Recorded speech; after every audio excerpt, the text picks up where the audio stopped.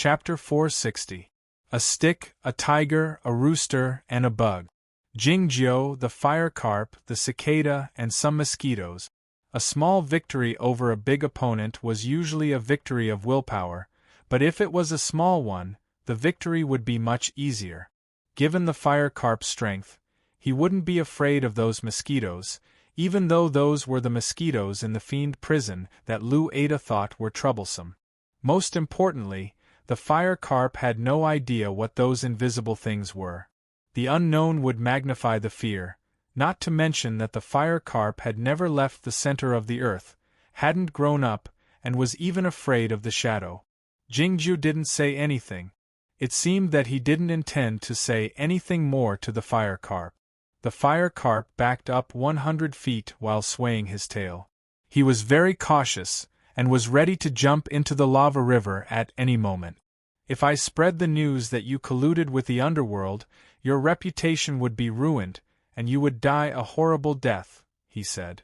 Hearing this weak threat, Jingjiu thought of something else. Even though the Zhongzhou school would send someone to visit him every 600 years, why did this fire carp speak so smoothly?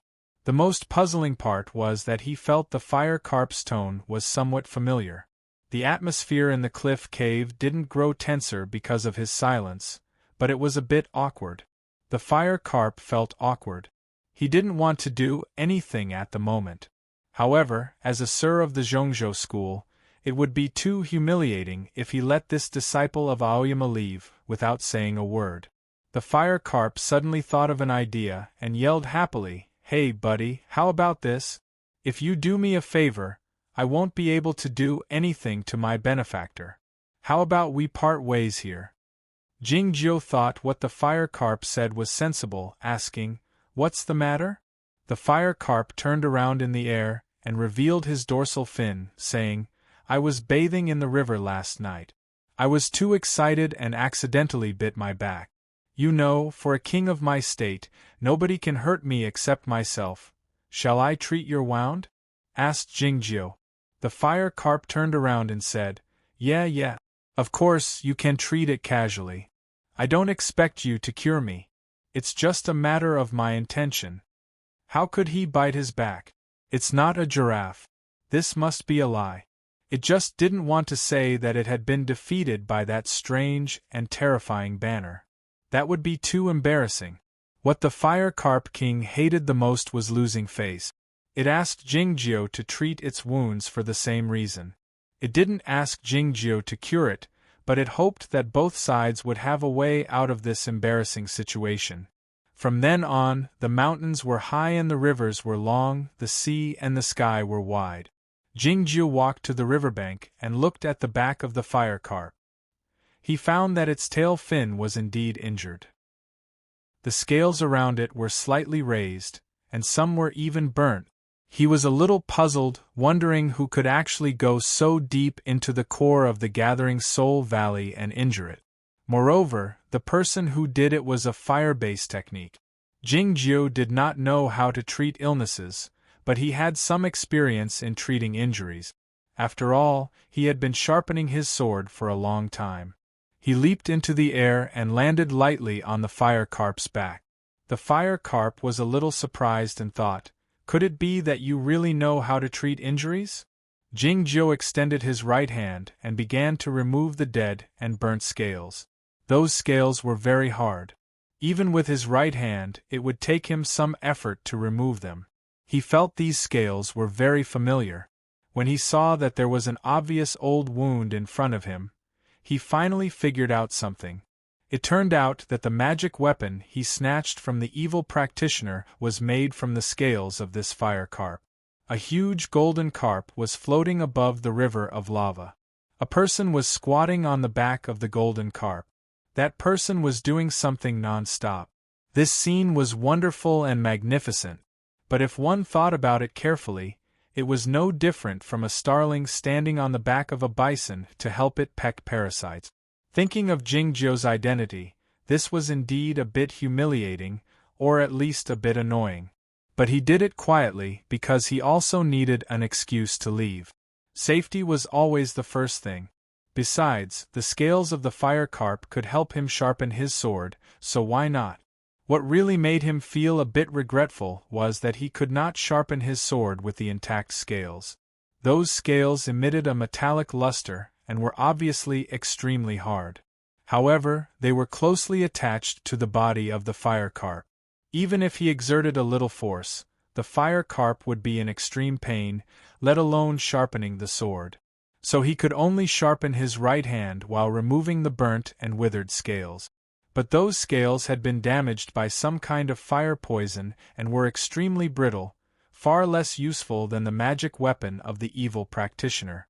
It didn't take long for him to remove all the damaged scales on the back of the fire carp, which made it feel uncomfortable and even painful. Then he returned to the shore. The fire carp swayed its tail and spun a few rounds quickly. It felt much lighter and couldn't help but feel very happy, saying, "I'm in a good mood now. You should leave as soon as possible, though I feel a bit regretful that I couldn't eat you." Jingjiu also felt a bit regretful.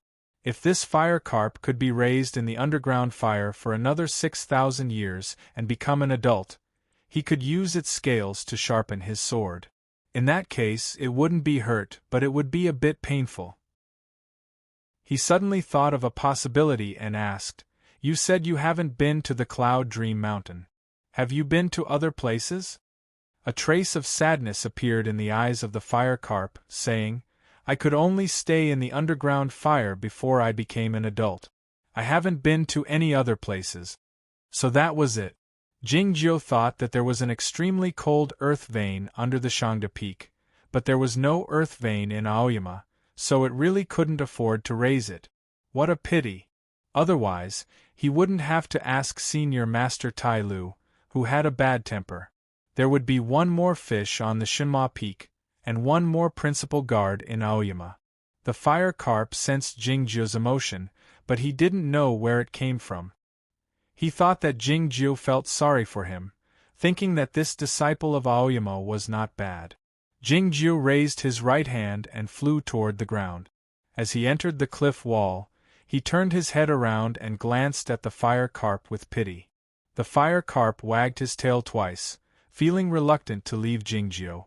It was still cold on the cold mountain in the early spring, and the barren land was still desolate. It was a desolate scene in all directions.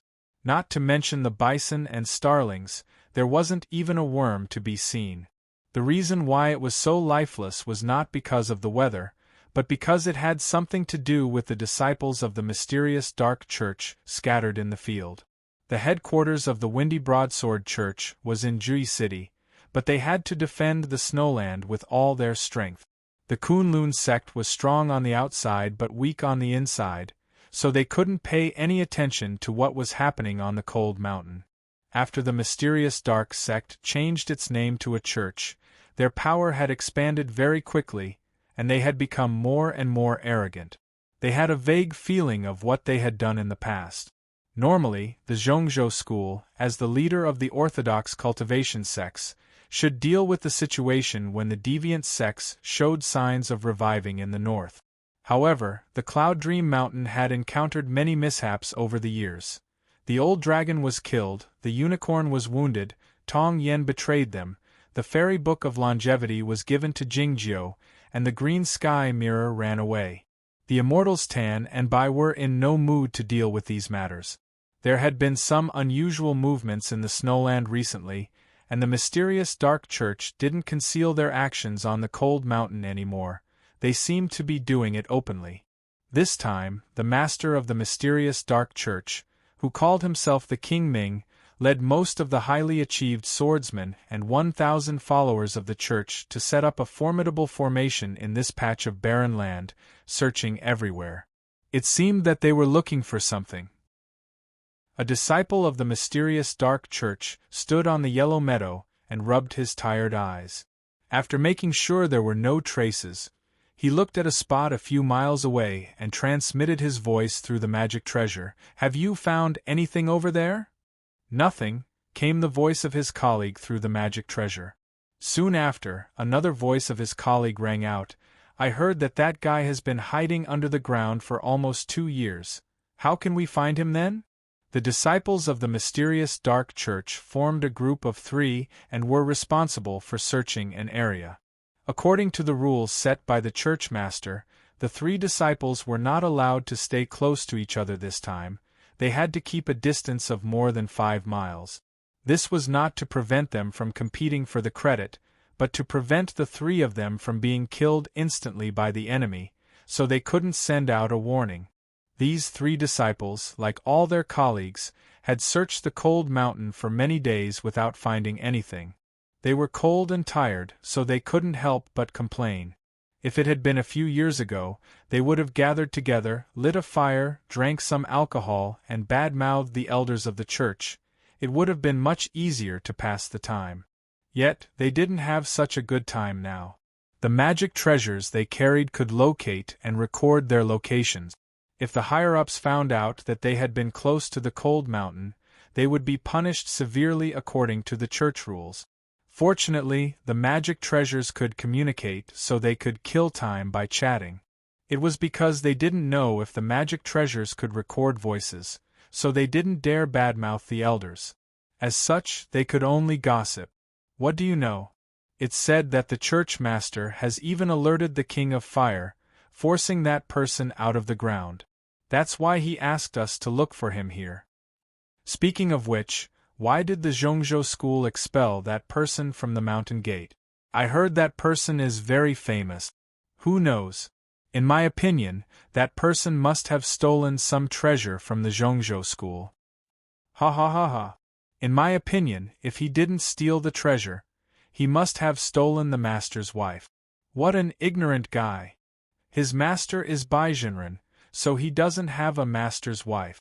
Moreover, everybody in the north knows that he likes the fairy lady Bai Zhao. Why did he run away then?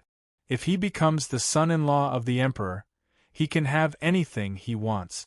To say that you are ignorant is to say that you are ignorant. Everybody in Chaotian knows that the fairy lady Bai Zhao likes Jingjiu of Oyama. The 3 disciples of the mysterious dark church were chatting in the magic treasures with great interest, completely forgetting that their conversation might be recorded. All of a sudden, the chatting in the magic treasures stopped, and resumed after a while. Did you guys feel the ground shake a bit? Yes, it shook a bit. It's fine on my side. But it looks like it's coming from yours. You should be careful. Stop it. I'm really scared. Ha ha ha ha, there's nothing to be scared of. The fire sources are everywhere under the cold mountain. It will shake a few times every day. You know nothing. I heard that the Grandpa Fire King is under the ground. Don't forget that he suffered a great loss at the hands of the church master a few days ago. What you said makes sense. The church master and the elders aren't scared of him, but if we were unlucky enough to encounter him, we'd be turned into ashes immediately. Hearing what you said, I'm really scared. Qiaoshen, since the shaking on your side is more severe, you should be careful. Qiaoshen, did you hear me? Old Qiao? Are you all right? Old Qiao. The disciple of the mysterious dark church named Qiaoshen didn't respond. It was because he was in a trance at the moment, so he didn't hear the voice in the magic treasure clearly. A round black hole suddenly appeared on the barren plain in front of him. The hole was not very big, just big enough for one person to go in and out. As the smoke and dust settled, a person appeared in front of him. That person wore a white cloth and was covered with mud, looking a bit embarrassed. Where is this place? That person jumped a few times on the ground. The mud and sand were like the dewdrops on the lotus leaves, unable to stick to him and rolling down. No matter how small the dust was, it couldn't stay on his body. This is the cold mountain, Qiaoshen said in a trembling voice. Seeing the clean face of that person, he suddenly came back to his senses and yelled at the magic treasure, "Run, it's the well!" Jingjiu waved his right hand. His voice stopped abruptly. In the next moment, his head fell off, rolling a long distance on the ground. The sword of the universe came out from the space, breaking through the wind and arriving a few miles away in an instant, cutting off the head of another disciple of the mysterious dark church. It was exactly the same. Jingjiu's body disappeared from the original spot. As Jingjiu came to a few miles away in another direction, the disciple of the mysterious dark church, named Meng Laosi, was still listening to the conversation in the magic treasure with his head tilted. The disciple of the mysterious dark church, named Qiao Shen, was already dead, but his voice had just come out from the magic treasure. The well. Jingjiu waved his hand. Meng Laosi was also dead. Jingjiu looked at his right hand and nodded satisfactorily. He had sharpened it from summer to autumn, from autumn to winter, and then to early spring. After such a long time, he had finally sharpened it a bit. The sharper the sword, the faster his netherworld fairy sword would be. The sword of the universe returned without a sound. He reached out his hand to take it down and walked forward. This chapter is a draft. I wrote it bravely last night. Because I have a busy day today, it doesn't mean that I can update it on time tomorrow, and it doesn't mean that I can update it every day. I just have to make sure that it's interesting. Shaking my head, I really admire myself for being able to write such a relaxing chapter. End of this chapter. Chapter 461. Jingjiu didn't ride the sword, not because he was used to it, but because he was concerned about his own safety. As a conservative person, he encountered 3 disciples of the mysterious dark church as soon as he came out from the underground, so he had to find out what had happened on the cold mountain first. There was an isolated mountain up ahead. Jingjiu walked up it. The higher the mountain, the lighter the color of the wild grass on the ground was, from yellow to white, looking like the snow. As he came to the highest point of the isolated mountain, he sat down. In front of him was the broken cliff, and below the cliff was the barren plain. The sword of the universe left his hand and cut the frosty grass, piling them on Jingjiu's body and the ground, and then drilled into the grass noiselessly. Jingjiu restrained his energy, becoming an inconspicuous rock. Even if someone walked past him, they wouldn't be able to discover his existence. He looked at the barren plain in front of the cliff. The green grass that was hard to find nearby turned into scattered green when it was far away. Now he remembered that it was already the beginning of spring. The beginning of spring was a good time for all living things to grow, and it was also the day when the inherited sword competition of Aoyama would take place. That youth could climb so high on the sword peak, show a natural expression of panic when he saw Jingjiu and Zhao Leiyu, and roll down the mountain while holding his head in his hands skillfully. He was indeed a promising talent. Jingjiu wondered if Gu Qing had taken care of this matter. Jingjiu was learning from his big brother, so that he wouldn't suffer the same fate as he did in his previous life. It was always good to have more disciples and helpers, like Feng Jingtian, the rooster and the dead dog, the monk Duhai, the young mysterious dark master, and the underworld master whom he had just met. That was why he recruited Lu Shui in that small village, followed by Zhao Leiyu, Gu Qing, Yuan Chu, and that youth whose name was still unknown. Of course, it would cause more trouble if the disciples he recruited were like Lu Xi and Yuan Qijing. Jingjiu didn't reach an agreement with the underworld master this time, and it seemed that he had no chance of persuading the underworld master, but he had confirmed something, so he was in a good mood. His big brother had been deceived by him. The underworld master knew that he was Jingjiu, but he didn't know or didn't think he was Jingyang. Otherwise, the underworld master would have laughed when he said that. I'm good at convincing his disciples to betray him. It took him a long time to come up with this sentence. It should be very interesting. The underworld master was his 3rd disciple, but why didn't he respond? Based on his understanding, his senior brother was a very interesting person who pursued interesting things. Naturally, the disciple taught by his senior brother should also be like that. The fact that the underworld master didn't give any response indicated that he didn't believe that Jingjiu was Jingyang. Since this statement wasn't made by the person involved, it was of course not interesting, and it would be preposterous and make one speechless. Alright, Yuan Qijing might be an exception. Jingju realized that his judgment was not entirely reliable. There were loopholes in his logic, and he could not help but feel a little regretful. He thought that he should find time to go to Shanghai Peak after he returned to Aoyama and tell this to Yuan Qijing to see his reaction. While thinking about these things, he had already looked around the wilderness at the bottom of the cliff. The wild grasses that occasionally straightened their bodies and the frozen streams that still showed no signs of thawing could not escape his sword eyes. Of course, he could see those disciples of the mysterious dark sect clearly. There were 322 of them. He couldn't judge the cultivation state of those disciples from a distance, but he could judge from their clothes that there were at least a dozen elders among them. Those disciples of the mysterious dark sect formed groups of 3, and each group was separated by a fixed distance, looking like the chess pieces on a chessboard. They had sealed off the entire wilderness, making sure that nobody could escape. Even if that person could kill 3 disciples of the mysterious dark sect in a split second like Jingjiu had done, it would still be difficult for him to break through this large net. Jingjiu's line of sight moved toward the northwest along with the distribution of the disciples of the mysterious dark sect, and then fixed on a place 1,000 miles away. There was a red valley there, full of the dry energy of the fire source. Even though Jingjiu was so far away, he could still sense the danger. It was the headquarters of the mysterious dark church. A few years ago, Jingjiu had passed by this place when he led Gu Qing to the West Ocean. That night, he witnessed the power of the sun banner with his own eyes, and at the same time sensed a gaze full of lethal intent. He knew from whom the gaze came.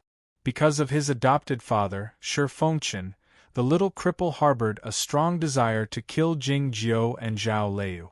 At that time, Jingjiu told Gu Qing that he would kill this person if he had the chance. Jingjiu glanced at his right hand. His body had been soaked in the scorching lava for such a long time, which had some benefit. For example, it had become much softer, which made it easier to shape it. Judging from the shape, his right hand was no different from his left hand. But it also had some disadvantages, which were related to the softness. Softness could overcome hardness, but it couldn't replace some of the functions of hardness. His right hand had recovered a lot, and it was sharp enough, but it was still a little bit away from the absolute realm. That little bit was invisible to the naked eye, and it couldn't even be sensed. To put it more mysteriously, it might not even be a real thing. Even the demon bone couldn't erase it. Jingjiu looked at the red valley 1,000 miles away again. That fire carp must have been hurt by the sun banner. The sun banner was indeed a devil of the evil path, and its power was indeed formidable. Even if his right hand had recovered, would he be able to kill Wang Xiaoming, who was holding the banner? He found another weakness of the Aoyama sect.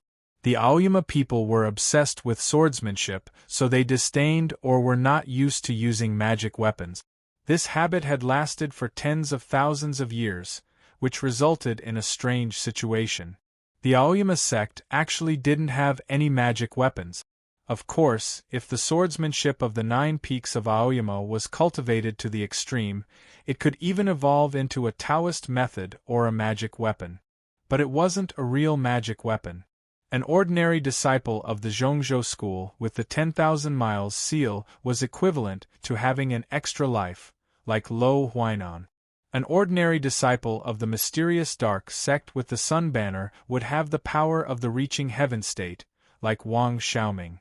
But what could an ordinary disciple of the Aoyama do with the 3-foot sword? Could Yuan Chu go to the West Ocean and cut the flying whale into 3,000 pieces? The sword rose with the person.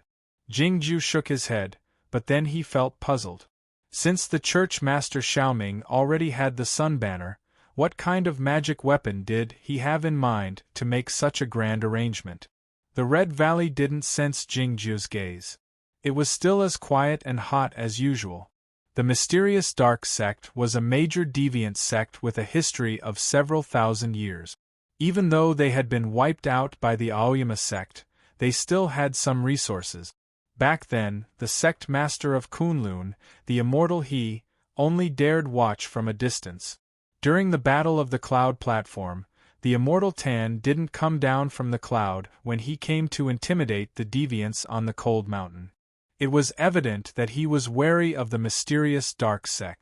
There were a few cliff caves in the deep end of the valley. After the hot air passed through the caves, it would be much cooler. Lying on the bed and looking at Gao Ye standing by the edge of the cliff cave, the former sect master Su Chiga let out a mocking smile, saying, "In the past, the Sun Banner was merely the foundation of this great formation and couldn't leave it. Unexpectedly, it can unleash such a formidable power. Do you feel regretful now?" As an elder of the 7th generation, Gao Ye had lived in this valley for a great many years, so he was very familiar with the Sun Banner. Hearing this, he couldn't help but show a terrible expression, saying sharply, "The Church Master can kill all the gods in the world with the Sun Banner in his hand. It's a good thing for our church. Why should I regret it?" Su Chiga said with a faint smile, "As I said back then, you used him to drive Su Zai away, which is like asking a tiger for its skin. Though the Church Master isn't good at scheming and his other methods are ordinary, he will never become your puppet. It's because he is a true demon by nature." Gao Ye sneered twice, saying, "You have said this many times. What do you intend to do?" Su Zai said, "I've also said that, if we keep going on like this, the shadow will come again someday." Gao Ye knew he was referring to the tragic event back then. At the time, the mysterious dark sect was running amok in the Northland. It could be said that it was the most powerful deviant sect after the Bloody Demon Church. The sect master at the time had an extraordinary talent in demonic magic.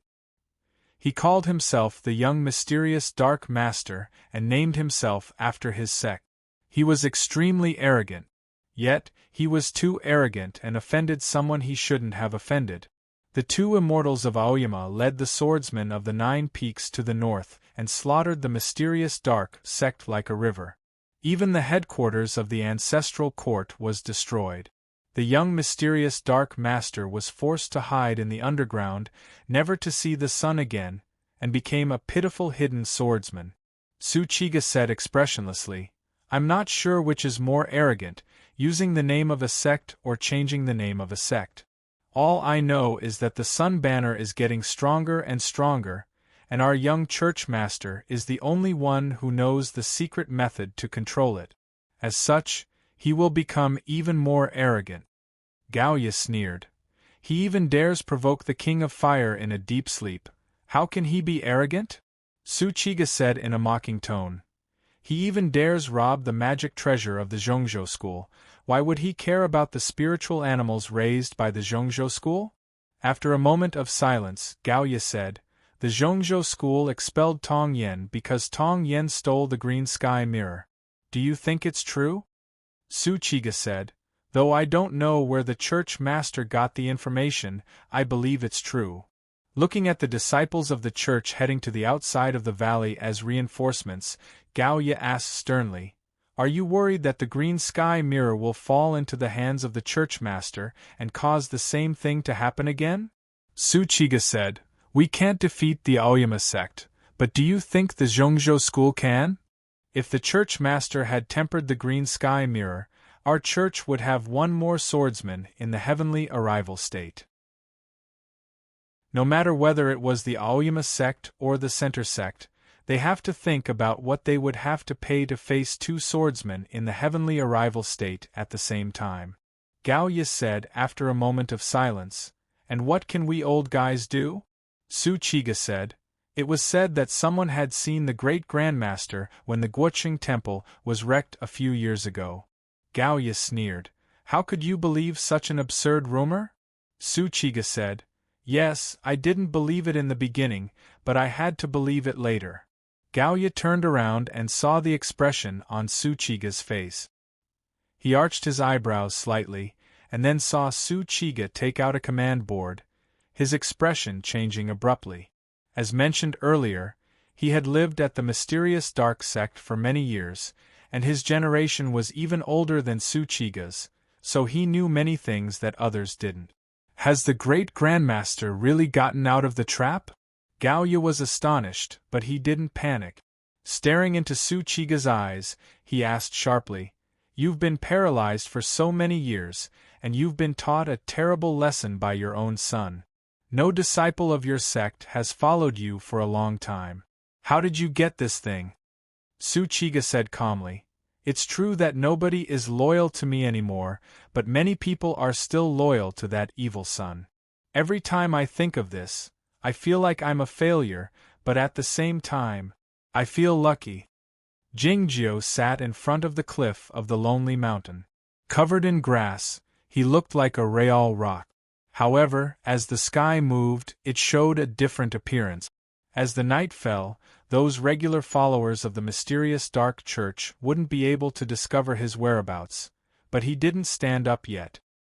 He looked at the barren plain in silence, calculating the location of that magic treasure based on the formation and the distribution of the members of the mysterious dark church. It was impossible for him to calculate the location based on the formation alone. Otherwise, the mysterious dark church would have discovered the magic treasure a long time ago. The rock in front of the cliff of the lonely mountain suddenly disappeared. Jingjiu reappeared on a meadow a few miles away. If the underworld fairy sword could be used to perform magic tricks, it would be very popular in the human world. He didn't find any trace on this patch of meadow, but he smelled a faint scent. The scent was very faint, like the cup of wine he poured into the lake in the Zhao Garden outside Zhaoga City. Normally, no matter how sensitive his five senses were, it would be hard for him to smell this scent. It was because he was not the dead dog. Yet, he smelled this scent. It was probably because he was very familiar with this scent. He had sensed a similar familiarity when he talked to the king of fire carps in the underground river of lava. He understood whom the mysterious dark church was looking for, feeling surprised. As the underworld fairy sword rose up, Jingjiu disappeared from the original spot. He followed the faint scent to another valley and another icy stream. He searched for a long time, but he didn't trigger the formation set up by the mysterious dark church, nor was he discovered by the people of the mysterious dark church.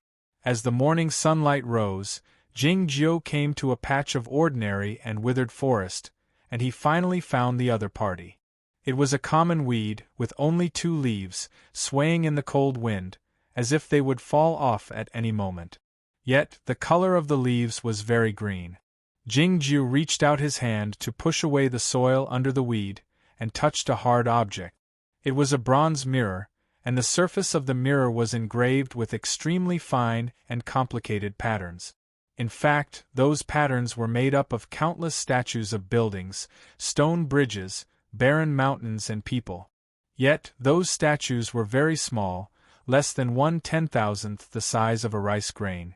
Besides Jingjiu, nobody could see their true appearances. Jingjiu's finger moved slowly on the bronze mirror, feeling sentimental or not. Had he lived there for 70 years or 80 years? In the beginning, he lived in the royal palace of the Chu kingdom, and later on Buzhou Mountain. He hadn't been to any other place. He was certain that he had never seen those buildings, stone bridges and barren mountains. Yet, he might have seen those people. Jingjiu knocked on the bronze mirror. "Open the door." End of this chapter.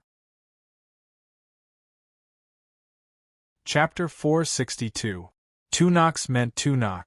Along with 2 faint knocks, the illusionary realm of the green sky mirror was lifted, and a person appeared on the ground.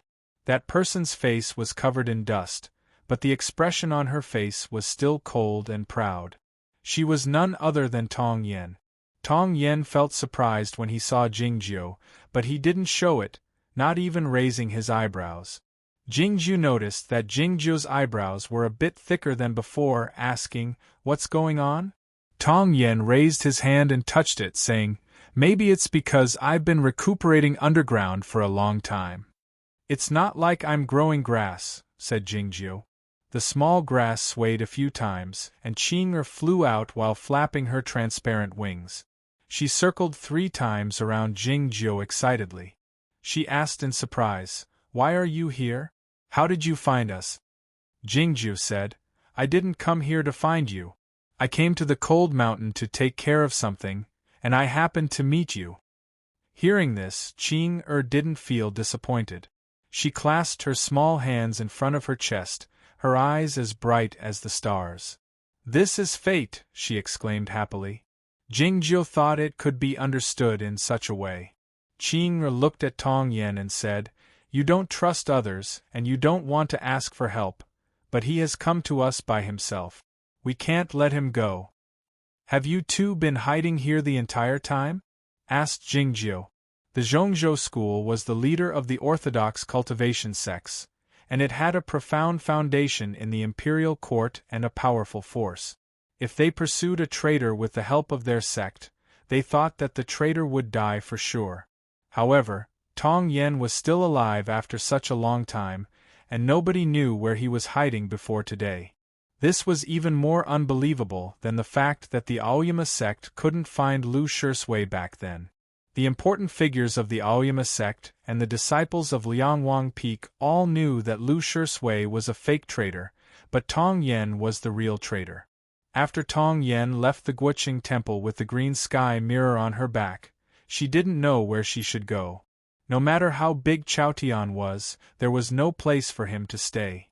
Even places like Penglai Island could not completely get rid of the influence of Zhongzhou school. Did he really have to take the risk to go to a distant foreign land or enter the underworld like Taipingzhenren? It was then that Qing pointed out a bright path for him, the cold mountain. Orthodox cultivators rarely set foot in this place. Evil cultivators and monsters hid in the wilderness and mountains. No matter how powerful the Zhongzhou school was, it was impossible for them to search every place. More importantly, she didn't want Tong Yen to go to the surface of the cold mountain, so she didn't have to worry about being betrayed by those free-traveling practitioners. That place was in the deepest part of the cold mountain, by the hot lava river. There was a terrifying fire carp king living in the river of lava. The king is Qing's friend. By now Jingjiu knew that they had been hiding at the bottom of the Gathered Soul Valley lately. "You're a friend of that golden carp?" he asked Qing. Hearing the word golden, Qing was certain that Jingjiu had seen the small fire carp. "You know him too?" she asked in surprise. Jingjiu thought it was no wonder that the fire carp could talk so casually even though he lived in the lava river and didn't have any contact with the outside world. The fire carp and Qing must have talked a lot when they met again, so he must have been influenced by Qing's tone. Yet, the familiar feeling didn't come from Qing. Jingjiu thought of a possibility, feeling surprised. "Did you lead the spiritual soul of the fire carp to the dark mountain?" he asked Qing. Qing was even more surprised, exclaiming, "How could you guess it? What on earth don't you know?" Jingjiu had confirmed the answer. It turned out that the familiar tone of the fire carp when he talked came from an old friend in the green sky mirror. It was the tone of Zhang Taiyue's son. Of course, that guy didn't speak in such a strong tone before he was exiled to Nan State or when he returned to the capital of the Chu Kingdom. Later, he became the chief of Taichung Temple and often came to the royal palace to talk with Jingjiu. He would stand in the grand hall and talk to Jingjiu, regardless of whether Jingjiu was willing to or not. As time went by, the eldest young master Zhang grew older, and his tone grew stronger. It was one of the few unpleasant memories that Jingjiu had in the Chu Kingdom. "What are you thinking about?" asked Qing with widened eyes. Jingjiu came back to his senses and asked, "The fire carp is the divine animal in preparation for the Zhongzhou school. Why would he help you?" Qing flapped her wings and turned around in front of Jingjiu, saying, "He will only wake up after a long time and communicate with the Cloud Dream Mountain. Most of the time, the disciples of the Center sect who talked to him last time would have died of old age during his deep sleep. This made him feel very sad. As such, He didn't contact the Cloud Dream Mountain in the following thousands of years, except for talking to me. Since we are friends, he would of course help me. It was no wonder that the immortals Tan and Bai couldn't find the trace of Tong Yen when they hid under the cold mountain and were protected by the divine animal in preparation of the Zhongzhou school. However, it was a pity that the cold mountain was the territory of the deviant sections. Though the Zhongzhou school couldn't find him, the mysterious dark church did.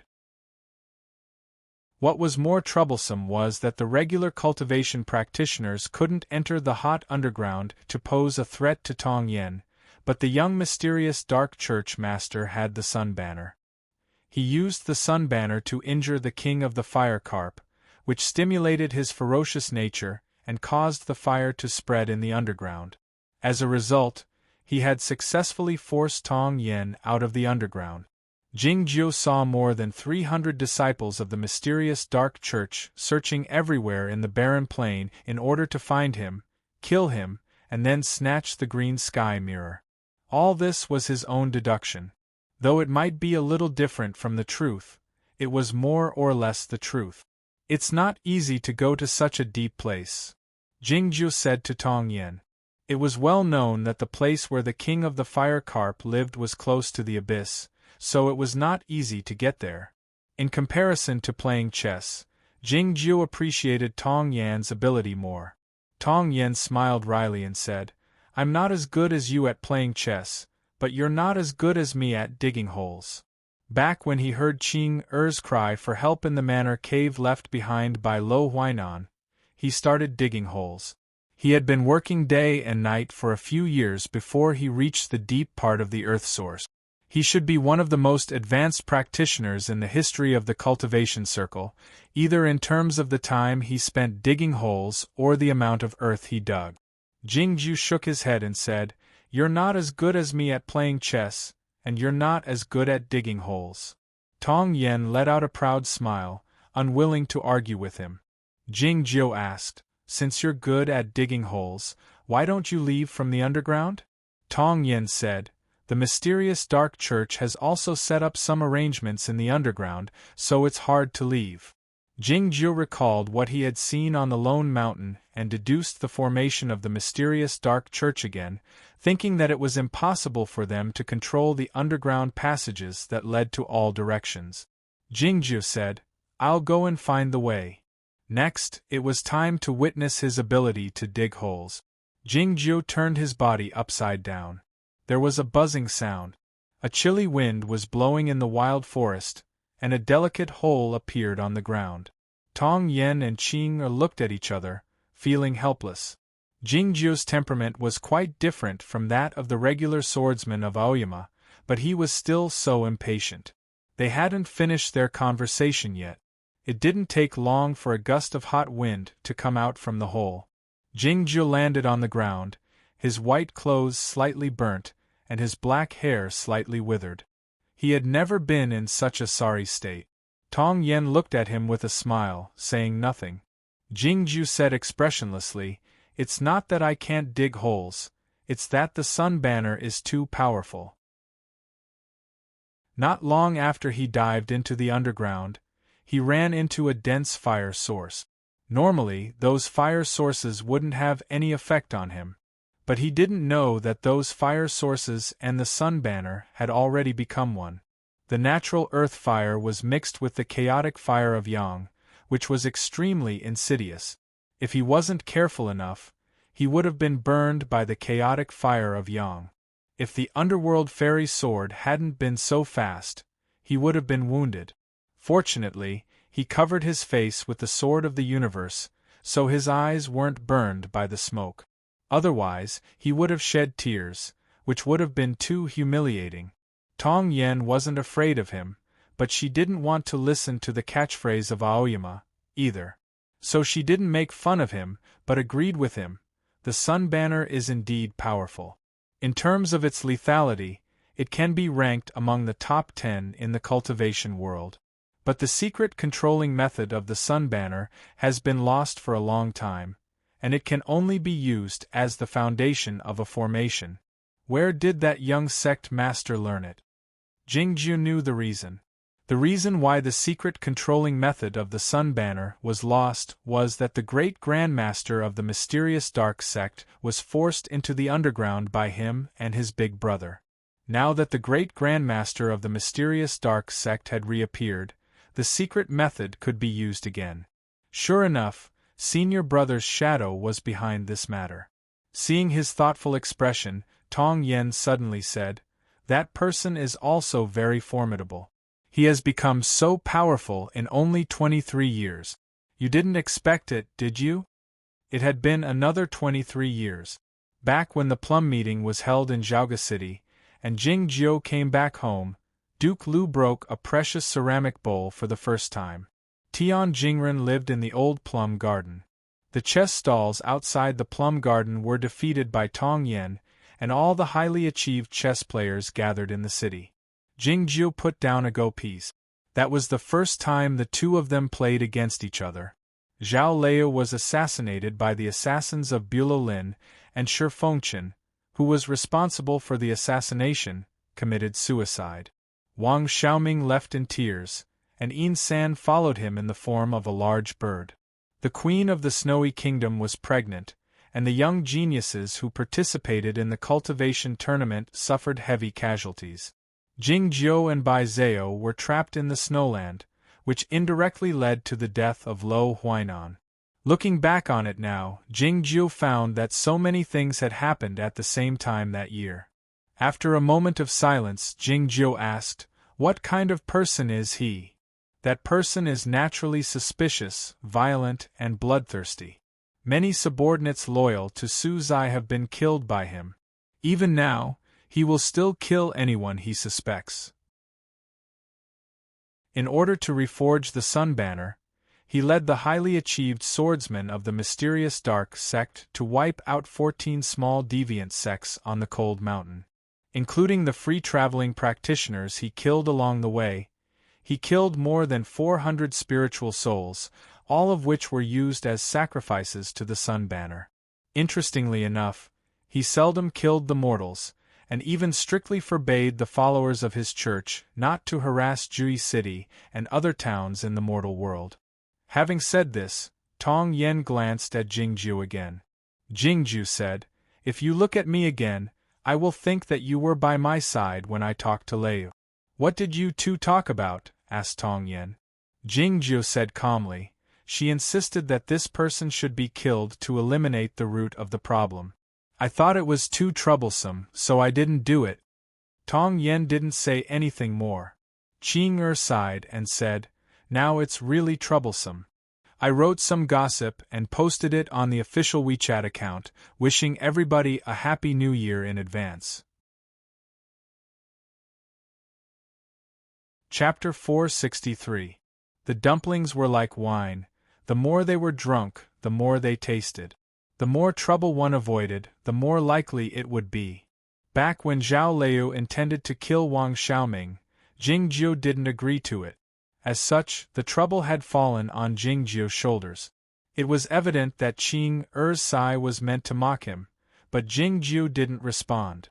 "Why did you steal this mirror?" he asked instead. The mirror was of course the green sky mirror, and the question was directed at Tong Yen. Tong Yen told Jing Jiu what had happened. By now Jing Jiu knew that Bai Zhenren had already known the change of the green sky mirror and intended to freeze Qing soul to death. Jing Jiu shook his head and said, "You have to destroy everything you can't control. This is indeed what the Zhongzhou school does. But you are a disciple of the Zhongzhou school. Why did you save her?" Tong Yen said, "She will become the true spirit of the heavenly state, which means she is a real living being. I heard that it was you who told her this." Jing Jiu uttered Tong Yen said expressionlessly, "Now that she is a living being, she can be regarded as a disciple of the Zhongzhou school. How can she be sentenced to death so easily?" What she said was quite sensible, but the problem was that the reasoning was not so important for the overall interests of the cultivation sections. Back when he and Tai Pingzhenren led Lu Xi and Yuan Qijing to sweep across the peaks of Aoyama, they didn't rely on the reasoning, and they didn't ask for the reasoning. The immortal Tai Lu was not convinced, and he didn't surrender until the very end. As a result, he was still locked up in the sword jail, suffering the pain of being invaded by the cold and gloomy, unable to escape. Thinking of that scoundrel senior master who insisted that his actions were reasonable even though his hands were stained with the blood of his colleagues, Jing Jiu shook his head. Tong Yen misunderstood Jing Jiu's intention, saying, "The way of Go pursues the distinction between black and white." Thinking of Leia's eyes, Jing Jiu remained silent for a while before asking, "The Go game is about planning before taking action. You are good at it, but why are you so crude?" That day in the deep part of the Earth Source, Tong Yen picked up the green sky mirror and left without a second thought after hearing what Qing had said. It was more like snatching the mirror than stealing it. She was very weak and about to die. "There was no time for me to think," Tong Yen said calmly. "Moreover, I've thought too much and calculated too much in the past, but I've never been able to surpass you. If I take another path, I might have a chance." Jing Jiu said, "Intuition is also a form of calculation. It's just that the middle process is omitted. The results may not be accurate, but the general direction is correct." Tong Yen asked, "Why did you come to the cold mountain then? Is it because you have predicted something?" Jing Jiu said, "I'll sharpen the sword." Tong Yen didn't understand what he meant. Glancing at the sword of the universe hovering in midair in silence, she wondered why such a good sword needed to be sharpened. Jing Jiu took a look at the green sky mirror, saying nothing. After leaving Aoyama, he had gone to many places, including Ozawa, the mine and Zhaoga City, in order to find a perfect whetstone for his sword. He had never thought of using the green sky mirror to sharpen the sword, but he had unexpectedly found it after so many twists and turns. It wasn't until now that he realized what he had been looking for was the green sky mirror. In the words of Qing was this fate? Thinking of all this, Jing Jiu lifted his hand and rubbed Qing head. Tong Yen said with arched eyebrows, "This is the true spirit of our sect. Cultivationist, please show some respect." Feeling itchy, Qing flew to the back of Tong Yen to hide. She stuck out her small face and said with a smile, Yeah, go touch your little Zao if you want to." Tong Yen raised her eyebrows even higher, but it was evident that she didn't feel happy because of this. "I'm going to take a rest." Jing Jiu closed his eyes and started to sleep. The cold wind whistled in the withered forest. A few wooden birds were flying in the gloomy sky, which were obviously the magic treasures of the mysterious Dark Church. Hundreds of disciples of the mysterious Dark Church were scattered in the barren plain of the cold mountain, and the formations and fire nets were everywhere under and on the surface of the ground. They could find this place at any moment. Tong Yen and Qing eyed each other, thinking that this person was truly ambitious. The red color on the cliff walls was very deep. It didn't look like blood, but more like some kind of paint. It was because the temperature was too high and the wind was too dry, so the valley extending into the mountain range didn't feel gloomy at all. The ground in the valley was covered with sharp red rocks, which were extremely hot. If someone broke a raw egg on the ground, it would only take a few seconds for the egg to be fried. A few disciples of the mysterious Dark Church knelt on the ground, their hands and knees cut by the rock. The blood coming out from the wounds turned into smoke, exuding an unpleasant burning smell. "Your subordinates are useless.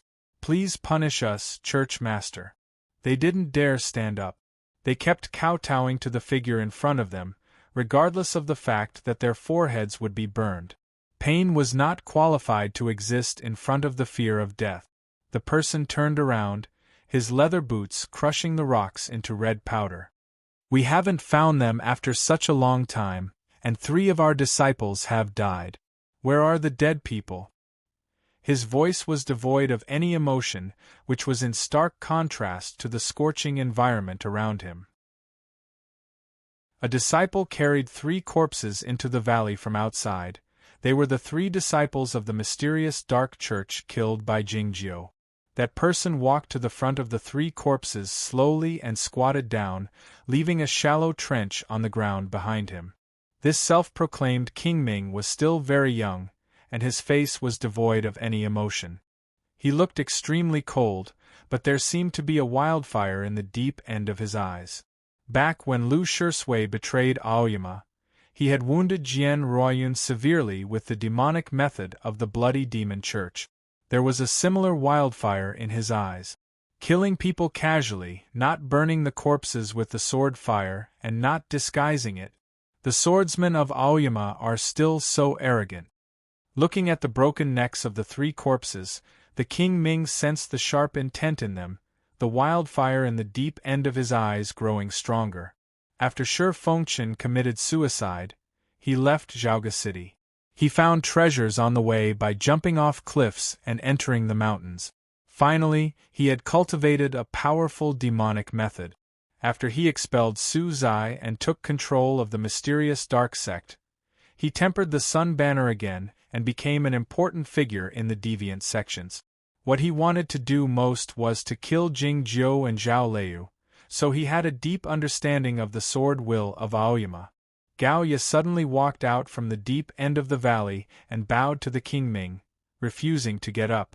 The King Ming raised his eyebrows slightly and gestured for the followers to disperse. Gao Ye stood up and advised, "The Zhongzhou school is still manageable because Tong Yen is an abandoned disciple. But another disciple of Aoyama has come. Please reconsider, Church Master." The mysterious dark church was growing stronger, especially after the Sun Banner was tempered again. Some elders of the church had a feeling that they were back in the old days. However, if they offended the two leaders of the orthodox cultivation sects, the Aoyama sect and the Zhongzhou school, it would be a suicide mission. The King Ming said expressionlessly, "Since he is a disciple of Aoyama, I have to kill him. Nobody can dissuade me." The expression on Gao Ye's face was terrible as he said in a low voice, "Church Master, you haven't been back to the ancestral altar for a long time, so you might not know about some things. 300 years ago, the great Grandmaster, whoosh!" The heat waves rose up in the valley. Sensing the sensation from the Sun Banner, the King Ming arched his eyebrows while looking at the outside of the valley, wondering which swordsman of Aoyama was still alive after touching the fire of the banner. 1 day and 1 night had passed. The mysterious dark church had increased their efforts in searching, and the formation had gradually narrowed down its range. A few groups of disciples had already arrived in the vicinity of this patch of forest. The illusionary realm of the green sky mirror was not as real as the one inside the illusionary realm. Though it could fool the regular cultivation practitioners, it couldn't fool the truly powerful swordsman. If the situation persisted, the green sky mirror would be discovered sooner or later. Tong Yen shot a glance at Qing asking with her eyes if the two of them should leave first. Jingjiu would sleep here if he liked, and it would also attract the attention of the mysterious dark church. Qing shot a glance at Jingjiu, feeling hesitant. It was probably a coincidence that Jingjiu woke up. Countless faint sword wills overflowed from the underground and returned to his body, making his cloth ruffle slightly. He was not actually sleeping. He was using his sword wills to sense and calculate the formation of the mysterious dark church and determine the locations of those strange flames under the ground. In 1 day and 1 night, his sword wills had already searched the underground for more than 100 square miles, and he had a general idea of the situation. He shot a glance at Qing. Qing understood what he meant, and returned to the green sky mirror. Tong Yen carried the green sky mirror on her back. Whoosh! A gust of wind rose in the forest. The disciples of the mysterious dark church sensed the disturbance and rushed to the forest in tandem, but they found nothing. Even the weed with 2 leaves had disappeared. There was only one hole in the ground, deep and gloomy, leading to nowhere. The north of the barren land was still within the range of the cold mountain, but the climate here was even colder. A few magnificent snowy mountains blocked the path leading to the snowland. The ice and snow in front of the snowy mountains suddenly bulged and then exploded. Jingjiu and Tong Yen flew out from the inside. This place was very close to the snowland. Jingjiu believed that the disciples of the mysterious dark church didn't dare come here, because even he didn't want to or dared not come here. Tong Yen was covered in dirt with the green sky mirror on her back. She shot a glance at Jingjiu, feeling a sense of admiration. Jingjiu was indeed good at digging holes. It was unclear how he did it, but the rocks, no matter how hard they were, would melt instantly when they were dug by him. What was more admirable was that Jingjiu had memorized the entire structure of the underground fire source and the formation of the sun banner. The underground fire source was extremely complicated, like a maze. They had traveled through it for a long time, but they hadn't encountered those flames even once. Looking at the large snowy mountain in front of him, Jingjiu turned around without hesitation and headed in the opposite direction. Tong Yen thought it was a bit awkward for him to turn around, but she still followed him. It was then that they suddenly heard a footstep. Jingjiu and Tong Yen halted their steps. Yet, the footstep was still behind them. Tong Yen turned around and looked at the large snowy mountain. The footstep came from the top of the snowy mountain. The sound was a bit unique. Crack! Crack! The first sound was the sound of the boots stepping on the ice and snow, but the second sound was like the sound of a broom being dragged on the snow. A moment later, Tong Yen saw the figure on the snowy mountain. Even from a few miles away, she could still see that the person walked with a strange gait, as if he was limping. The sound came from his right foot dragging on the snow. He was none other than the young church master of the mysterious dark church. He walked slowly to the edge of the cliff and looked down at the two of them, asking, "Did you feel comfortable walking in the passage I prepared for you?" Tong Yen felt a bit cold. It turned out that Jingjiu had led her to escape from the formation of the mysterious dark church because it was arranged by the other party. The other party had been waiting here for them to walk into the trap. It was much easier than searching for them in the barren plain and the cold mountain. "What about you?" Looking at him on the snowy mountain, Jingjiu asked, "Did you feel comfortable living the life that the other party prepared for you?" Hearing this, the expression on the young mysterious dark church master's face changed abruptly. He had experienced too many adventures in the past 23 years since he left Zhaoga City, and his experiences were even better than those of Hejan, who was famous for his good luck in the cultivation world. It seemed that he could find some magic methods and crystals no matter what he did. As such, his cultivation path was quite smooth, and he had never had to worry about not having enough magic pills and crystals, or the magic methods of low states. No matter how he looked at it, it was a problem. Yet, he didn't dare think too deeply about it. It was because he was afraid that once he learned the truth, everything he had would be taken away by the person who arranged all these things, and he would have nothing left. All he could do was use the hatred and the improvement of his cultivation state to numb himself, and comfort himself with that statement. "I'm the main character of this story. Even if that day comes, I will change my fate and break that hidden hand behind the scenes." Since he had succeeded in tempering the sun banner again, he didn't feel as anxious and worried as before, but he was fully aware that he was far from reaching the truth, exposing the truth, and defeating the truth. It was because he had found the secret method of tempering the sun banner by chance, unexpectedly. He heard the statement that day, and the truth was exposed by someone else. He felt like a naked child, standing naked on a snowy mountain. It was so cold. There was no King Ming. You are still Wang Xiaoming. It is said that today is the last working day of the year 18. I wish you all a happy holiday. Drink in moderation and live a happy and unplanned life. It's a pity that we don't have a holiday today. The new chapter will be updated tomorrow and the day after tomorrow. Let's take a break the day after tomorrow on New Year's Day. We can relax when we drink in the evening the day after tomorrow. Chapter 464. Jingjiu looked at that person on the snowy mountain in silence. For some reason, his eyes showed a hint of pity. He didn't know that the young church master of the mysterious dark church was Wang Xiaoming. It wasn't until he led Gu Qing on the cold mountain that he sensed the lethal intent in Wang Xiaoming's eyes that he thought of killing Wang Xiaoming first. To kill a person, one had to find out who the person was first. While Jingjiu accompanied Guodong to enjoy the spring, summer, and autumn, Zhao Liu and Gu Qing had investigated this person through the curtain rollers and other channels, including those so-called lucky encounters. As long as one had enough lucky encounters, one's growth could be explained no matter how strange and incredible it was. Yet, Jingjiu was quite familiar with the feeling of being arranged, being controlled, and playing a game. The sun banner had been successfully tempered again, which made him more certain that the person hiding behind the scenes was his big brother. Jingjiu seemed to be able to foresee the tragic end of that young man. He would either be killed by Jingjiu or played to death by his big brother.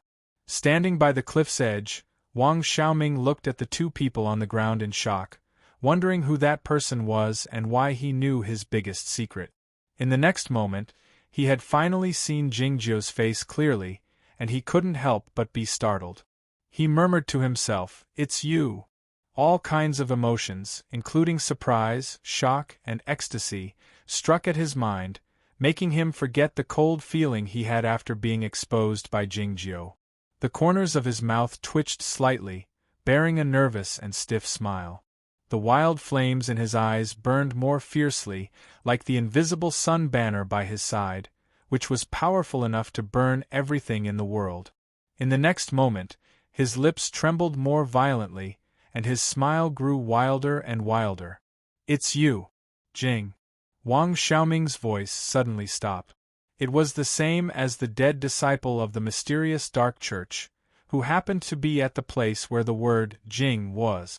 A desolate and lonely sword light appeared in front of the snowy mountain. The snowy mountain didn't look as cold as before. Clang! The sword of the universe had arrived at that place soundlessly and hacked down. Naturally, Wang Xiaoming wouldn't be like that disciple of the mysterious Yin cult, who had been killed with a single sword strike. A black streamer appeared in the void beside Wang Xiaoming. It rolled up against the wind and slapped toward the sword of the universe like a wave. The black banner was dark and gloomy like an abyss. It was smeared with blood-colored patches, but it emitted an extremely terrifying heat. This must be the most precious treasure of the mysterious dark cult, the legendary sun banner. The sun banner moved. It was as if a scorching sun had been born in the snow-capped mountain. The sword of the universe shone even brighter. The sun banner didn't block the sword of the universe. In the forest of the banner's shadow, the space around it was distorted. There was a soft sound. The sword of the universe flew past the sun banner along the distorted space and into the cliff wall obliquely. A moment later, a thunderous rumble came from the other side of the snow mountain. The sword light flew back. Thick snow collapsed on the other side of the mountain, gradually filling up the foothills. Jingjiu retrieved the sword of the universe and lowered his head to look at it. Tong Yen looked at him and wondered what he was doing. This sword strike was too sudden. Not to mention Wang Xiaoming, even he did not expect it. "I don't like to hear the screams of ghosts and howls of wolves." After making sure the sword of the universe was safe, Jingjiu said, "This streamer is indeed formidable. I'm not its equal right now." By now, Tong Yen realized that Jingjiu was testing the sword. She thought it was unnecessary for him to know it by testing it. The sun banner was the most precious treasure of the mysterious dark cult, of a very high state. Its destructive power could rank in the top 10 in the cultivation world, and its defense was also very powerful. To say nothing of the limited speed of the sword of the universe, even the fastest sword of Aoyama, the thoughtless sword, would have a hard time breaking through the sun banner and killing Wang Xiaoming. Judging from this sword strike, Jingjiu had determined that the sun banner was indeed formidable. Wang Xiaoming had encountered many miraculous encounters, and his demonic magic was very powerful, only slightly inferior to Jingjiu's. If Jingjiu wished to kill Wang Xiaoming, the simplest and best method was to use a magic treasure of the same state as the Sun Banner to attack it. As long as the Sun Banner couldn't protect its master, it would be easy to kill Wang Xiaoming. Looking at the green sky mirror behind Tong Yen, Jingjiu said, "I'll use you to lead the way later." Hearing this, Qing grew anxious. She flew out from the green sky mirror and said, "I don't know how to fight." Jingjiu asked. "There are many kinds of magic treasures. Some of them are powerful enough to shake the heavens, and some of them can be used to comprehend the Tao. But not all the magic treasures can be used to fight." Tong Yen explained to Jingjiu, thinking that the masters on the Cloud Dream Mountain were right. The Aoyama sect didn't have any magic treasures, so they had no knowledge of this aspect. Jingjiu thought that if the magic treasures couldn't be used to fight, the magic treasures of the heavenly state were no different from scrap metal. Jingjiu said to Tong Yen, "We'll leave this place first. You stay here and try to attract more attack." The green girl felt quite helpless, thinking, "Do you chess players all have this kind of temperament? Why did they abandon their chess pieces because of a disagreement?" Standing by the cliff's edge, Wang Xiaoming listened to the booming avalanche on the other side of the snowy mountain and sensed the vibration under his feet, remaining silent. After a long while, he pulled back his gaze and looked at the sword by Jingjiu's side. The sword wielded by Jingjiu was indeed fast and insidious. It had approached him noiselessly and didn't launch the attack until he was at a position where he would be alerted. Wang Xiaoming didn't have the time to react. If the Sun Banner hadn't protected its master automatically, he would have been wounded, or even more severely. In other words, he was no match for Jingjiu without the Sun Banner. This fact baffled him. After he left Zhaoga City, he spent a great deal of time and energy cultivating the best deviant magic methods he had obtained by chance with the help of the crystals and magic pills he had obtained in the fortuitous encounters, full of hatred and a great deal of time and energy. He had entered the cultivation circle only a few years later than Jingjiu, but he was still not as good as Jingjiu. Was it possible that he would never be able to catch up with Jingjiu? No, it was because Jingjiu's sword was too good. It was said that Jingjiu had a fortuitous encounter in the Guoqing Temple and refined a flying sword of the fairy state. It must be this sword. Since both of them had fortuitous encounters, Jingjiu regarded the sword as a part of his cultivation state, and Jingjiu regarded the Sun Banner as well, which meant that he had surpassed Jingjiu a long time ago. Thinking of this, Jingjiu calmed down and said, "Your sword is indeed extraordinary, and your talent in sword work is also extraordinary. But do you know what's really good about you?" Jingjiu of course didn't pay attention to him.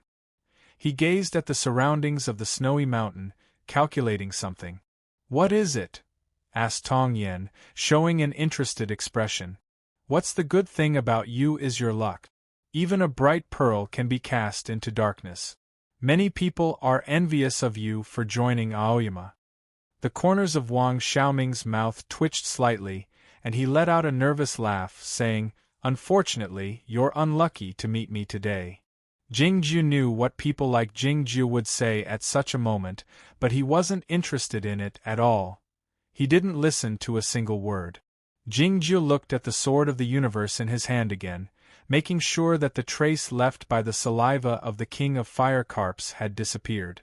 Jingjiu felt more confident about his idea. Since Jingjiu didn't say anything, Tong Yen had to continue playing the role of an interlocutor to buy some time. Looking at Wang Xiaoming on the cliff, Jingjiu said with a serious expression, "According to the investigation of my Zhongzhou school, you've never hurt the innocent, and you've always been benevolent.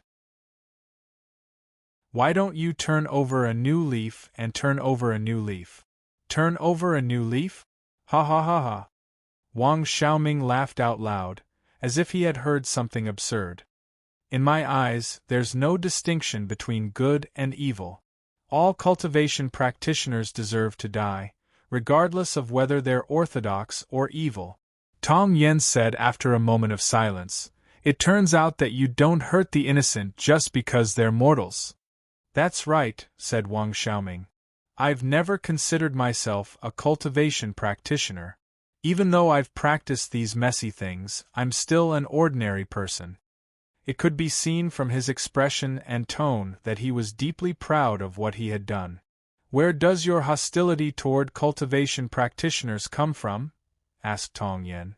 "You cultivation practitioners have been bullying us ordinary people for countless years, and now you're asking where our hostility comes from?"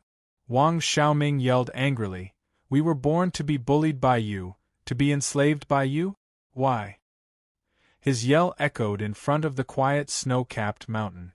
Another layer of snow collapsed on the other side of the mountain, rumbling as if in response to his yell. This time, Tong Yen was silent for a longer time before saying, "In the end, we all have different standpoints. You're a cultivation practitioner now, so you should be able to understand the reason."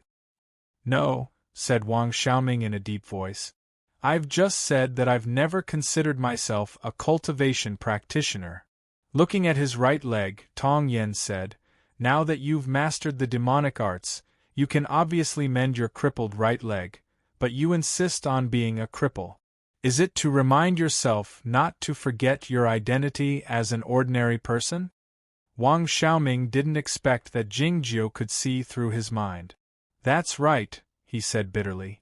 Tong Yen looked at him sympathetically and said, "Unfortunately, what you've done is futile, because you're no longer an ordinary person. You've become the cultivation practitioner you once hated the most." Angered by Jingju's gaze and repeated words, Wang Xiaoming said impatiently, "I've already told you that I don't think so. The difference between cultivation practitioners and ordinary people isn't their ideas, not their appearance, not their good and evil, and not their longevity.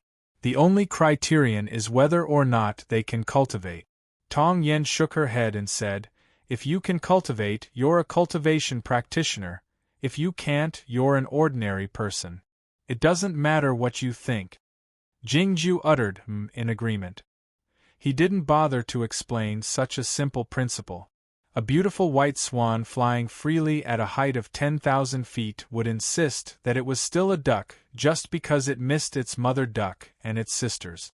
This might be sentimental and righteous, but it wasn't the truth. A man turned into a beetle. Of course, he wanted to continue being a man, but unfortunately, no one would accept him. He could only take a flower made of twisted metal pieces and sit in the junkyard, reminiscing the past. If Tong Yen had been a bit more mean, he could have asked Wang Xiaoming this question. "If you insist that you're an ordinary person and not a cultivation practitioner, will the ordinary people in the world still treat you as one of them?" Chapter 465. Wang Xiaoming was taken aback, not knowing how to respond to what Tong Yen said. As a result, he became angry again, yelling, "What do you know? Do you know how I got to where I am today? You're not qualified to judge who I am." "I do know a lot about you," Tong Yen continued while looking at Jingjiu on the cliff. "The whole village and possibly his family members were buried by two ignorant cultivation practitioners, and my adoptive father, Shi Fengchen, died because of his stubbornness. Because of this, you inherited his opinion of the cultivation practitioners and wanted to destroy this world by cultivating the demonic methods and becoming the sect master of the mysterious dark sect?" Jingjiu glanced at him, thinking that the Zhongzhou school had indeed investigated the matter carefully. "Because of this? That's all? Isn't it enough? It's true that I was still very young when the village was flooded by the mudslide, so I didn't feel anything." Staring at Jingjiu, Wang Xiaoming yelled with a hateful expression, "But my adoptive father had done so much for me, and you killed him." "I didn't kill him," said Jingjiu. He didn't like to defend himself, but he didn't like being the scapegoat even more. He was not Shui. "You're lying. I know you've been there. Even if you didn't do it yourself, it was you who forced him to die." Thinking of the small courtyard in Zhaoga City and the withered cabbage moss, Wang Xiaoming said with tears, "It's been 23 years. Do you know? Do you know how much I've missed you and Zhao Lei? I want you to die, and I want you to beg for death even more." Jingju didn't say anything more. Tong Yen said, Shi Fengchen bribed the assassins of Bululin in an attempt to assassinate Zhao Lei. He committed suicide to escape punishment after the assassination failed. It has nothing to do with Jingjiu. My adoptive father is a high official of the imperial court. He can live like an immortal by relying on his salary and the gifts from those small sections. Why did he keep pursuing the important figures of the Aoyama sect? Wang Xiaoming raised his head and let the tears on his face evaporate with the heat of the sun banner, saying, "Because Zhao Lei is a scourge. I've seen those files. The thoughtless sword is indeed dyed red with blood. Thank the heavens for sending you, Jingjiu, to me. Today, I will kill you first, and then I will kill her in the future, and then I will send you two to reunite." After saying that, he didn't look at Jingjiu again, as if Jingjiu was already a dead man. Jingjiu said to Tong Yen, "Since you have talked with me for so long, I can spare your life, but you have to hand over the green sky mirror. The sun banner, the magic treasures and the swordsmen of the mysterious dark sect work together to weave a huge net on the barren plain of the cold mountain." He purposely let Tong Yen and the Aoyama disciple escape here. With his appearance, the net had already extended to the foot of the snowy mountain. He didn't like the advice of the elders, but he didn't want anybody to see him kill a disciple of the Aoyama. At the time, he didn't know that the disciple of the Aoyama was Jingjiu. The two best chess players in the world were Jingjiu and Tong Yen. To some extent, they could be considered the smartest and the quickest to react. The fact that they had cooperated with each other and abandoned each other without hesitation was the proof. The elders and swordsmen of the mysterious dark church hadn't shown up until now. They had figured out what Wang Xiaoming was afraid of. If Tong Yen sent a message to the Zhongzhou school, she would be courting death. All he could do was pin his hope on Jingjiu. As he was thinking of this, Jingjiu wielded his sword again. The sword of the universe shot up into the sky, turning into a desolate sword light, and arrived in the sky a few miles high in the blink of an eye. The dark clouds there reflected the color of the distant sun, as if they were burning. In fact, those clouds were indeed burning. The sword light turned around abruptly and arrived in the west a few miles away. But it encountered another wall of fire. Jingjiu reached out his left hand, and the sword of the universe flew back to his hand. The sun banner had taken control of this piece of heaven and earth. Everywhere was isolated by raging flames.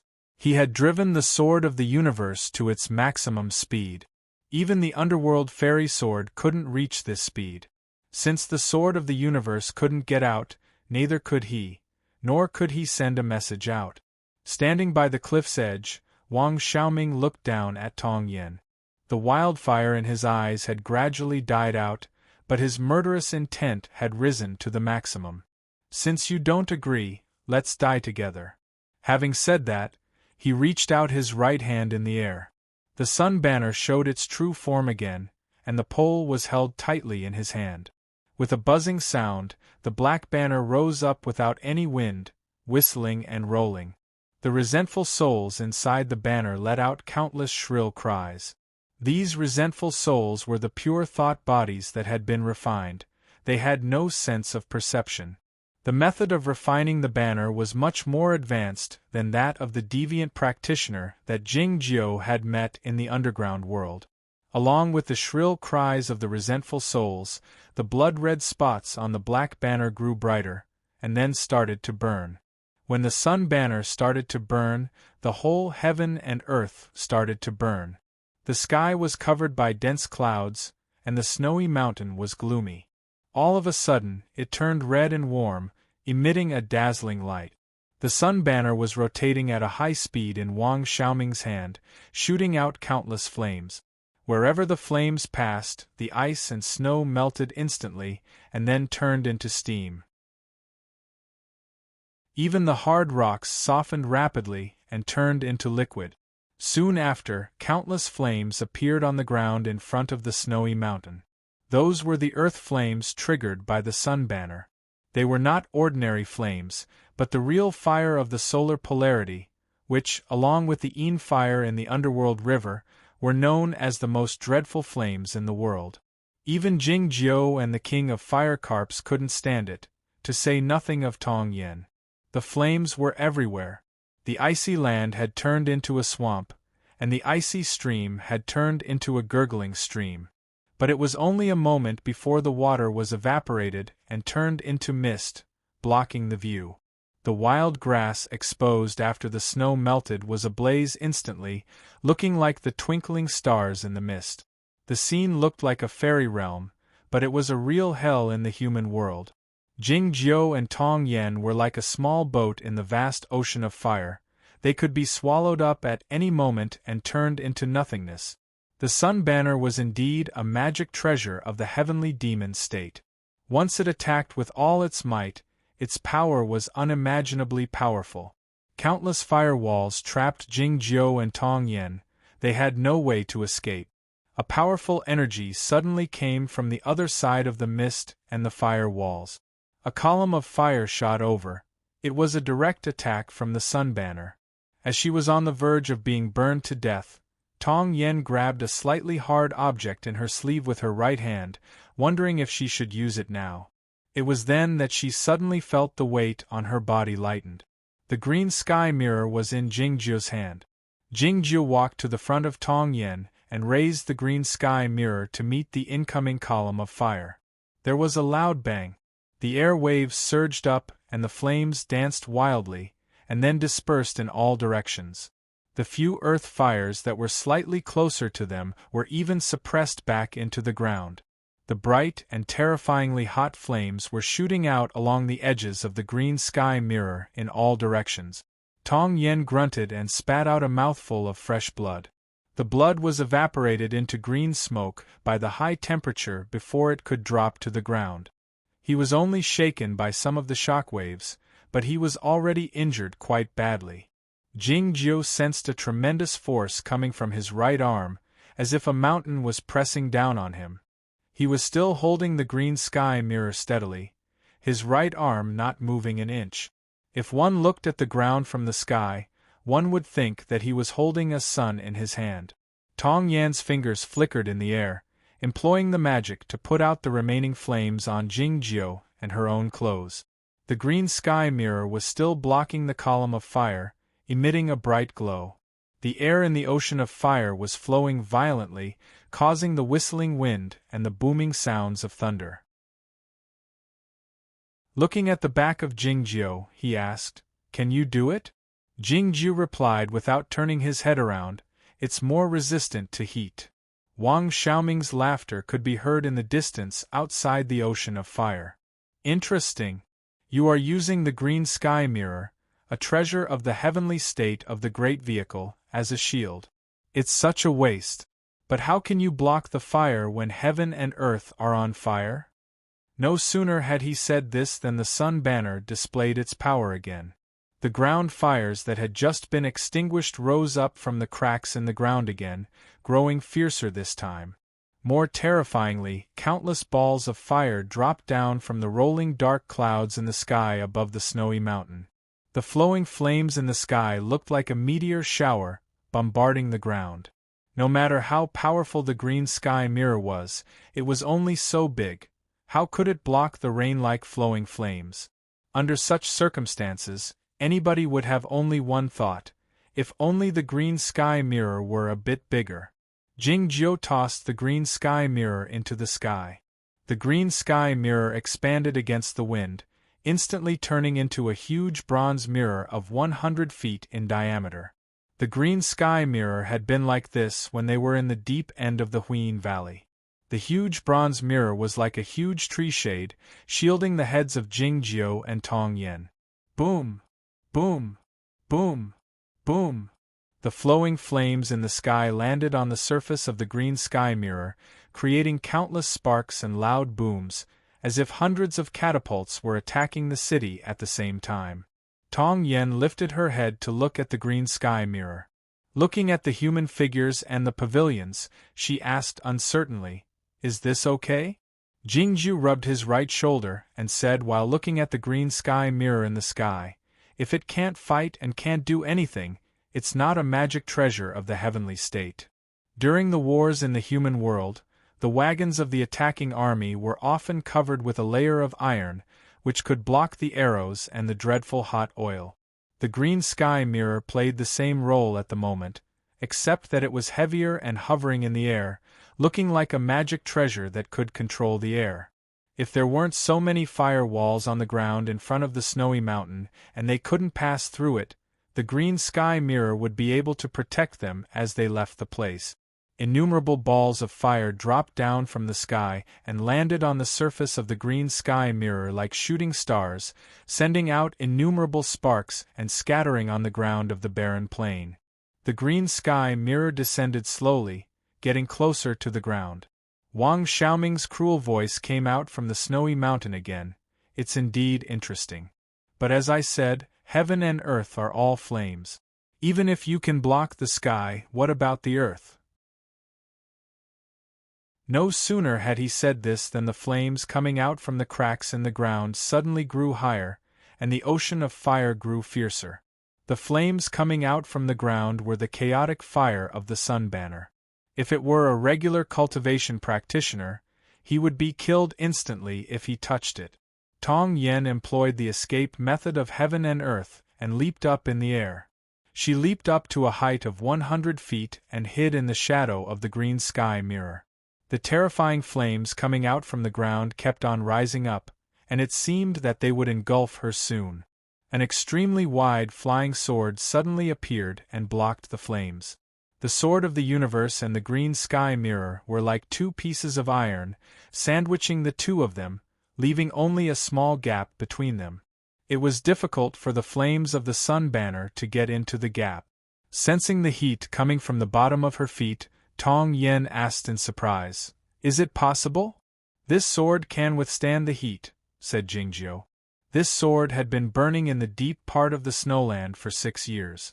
Though the temperature of the sword fire was not as high as the chaotic fire of the sun banner, it was still a sword that had been tempered 100 times. "Is this the sword that the great grandmaster of the unicorn blessed for you?" It's indeed a good sword."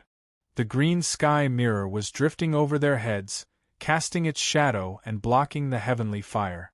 When I thought of this scene, I thought of the so-called flying treasure, which was of course the flying saucer. Today is the last day of the year 2018. I sincerely wish you all good health, a happy family, and a happy new year.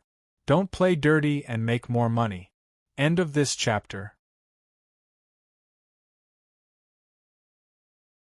Chapter 466. Happy New Year 4: The Path Toward Heaven. There's no update today, so don't forget currently typing, please wait a moment. After the content has been updated, please refresh the page to get the latest update. Chapter 467. The mirror was on the top, and the sword was on the bottom. Though it was not sealed tightly, it was still hard for those dreadful flames to penetrate it accurately. The only problem was that the metal had a very good thermal conductivity. It didn't take long for Tong Yen to feel a burning sensation under his feet. He thought of it as an ant on a hot pot. He leapt up without hesitation and employed the escape method of heaven and earth of the Zhongzhou school to hover in midair.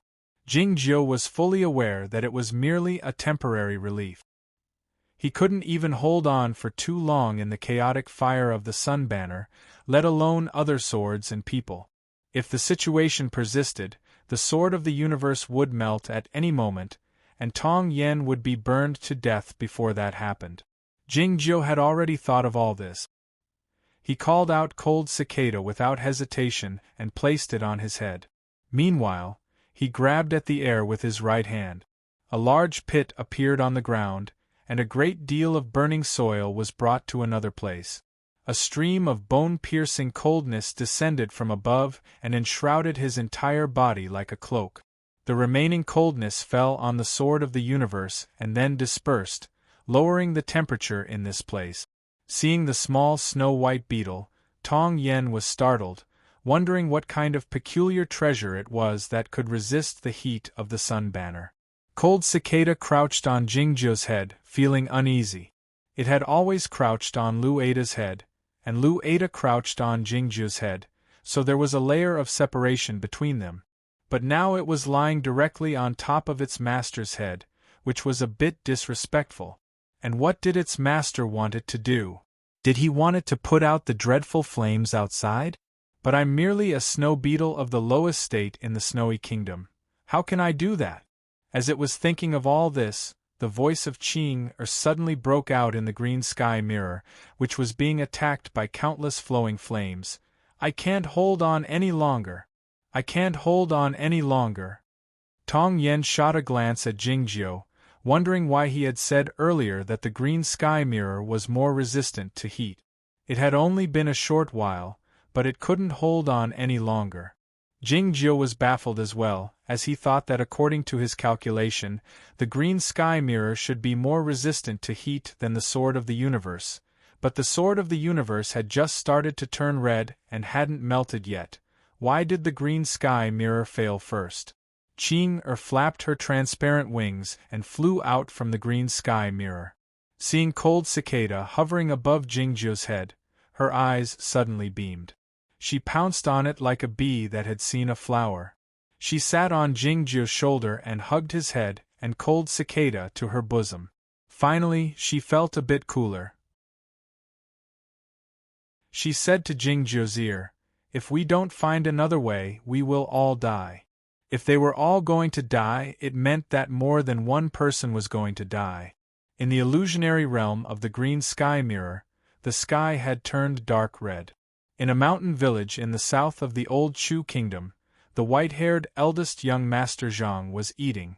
He was sweating profusely in the hot and humid weather, and the millet porridge cooled down by the well water couldn't stimulate his appetite. He looked at the sky that was still bright and emitting endless heat. He angrily smashed the bowl and cursed, "What the f***ck? What the hell is going on in this world?" After the world of the green sky mirror was sealed in ice, the eldest young Master Zhang was the first one to wake up. He of course knew that this world was different from what it used to be. For instance, the time had slowed down a lot, and nobody had woken up except for himself. His sons and granddaughters were all sleeping, and so were the others in the village and the town. It was so eerie that it made him shudder with fear. His temperament was similar to his parent. He was willing to do anything at the critical moment. Otherwise, he wouldn't have dared assassinate the emperor behind his father's back. If it were someone else, he would have been scared to death in this eerie world, but it took him only a dozen days to adapt to it. Since he had stored a great deal of food at home, he didn't have to worry about starving to death. All he had to do was cook the food himself. He felt a bit remorseful for being picky about his daughter-in-law's cooking skills. As for those sleeping people, it seemed that they didn't need to eat anything. He thought that these people would wake up eventually, so he wasn't worried about them. He ate a salted fish from one house and a few handfuls of green vegetables from another house every day. He didn't have to worry about that. However, the whole world suddenly became extremely hot at noon that day. It was dusk, but the night hadn't arrived yet. He couldn't stand it anymore. He walked out of the small courtyard with the wooden stick in his hand. He climbed to the top of a small hill and looked at the distance. He had taken off his clothes a long time ago, and his skinny body was covered with sweat. The green trees had withered and were on the verge of dying. If things continued like this, the water in the river would dry up. What about those sleeping people? Would they be killed by the heat before they could wake up? The eldest young Master Zhang turned around and glanced at his own courtyard at the foot of the hill. Thinking of his lovely granddaughter, his dry lips quivered slightly. "Your Majesty, if you don't do something about it, they will all die," he murmured. A bell suddenly rang in the deep part of Jingzhou's Dao heart. He had returned the bell to Sensei a long time ago, so where did the bell come from? In the next moment, he vaguely heard someone say something to him, and he had a general idea of what was going on. The green sky mirror could still resist the sun banner for a while, but that world couldn't. This was different from what he had predicted. As such, he had no choice but to alter the plan a bit and employ that method in advance, hoping that it wouldn't affect the final outcome. The flowing flames in the sky kept on landing on the green sky mirror, giving off a dull and dreadful sound.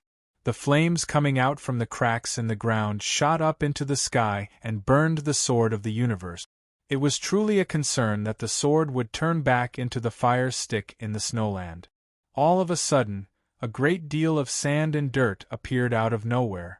Most of them landed on the surface of the green sky mirror, some of them landed on the ground below, and some of them landed on the sword of the universe.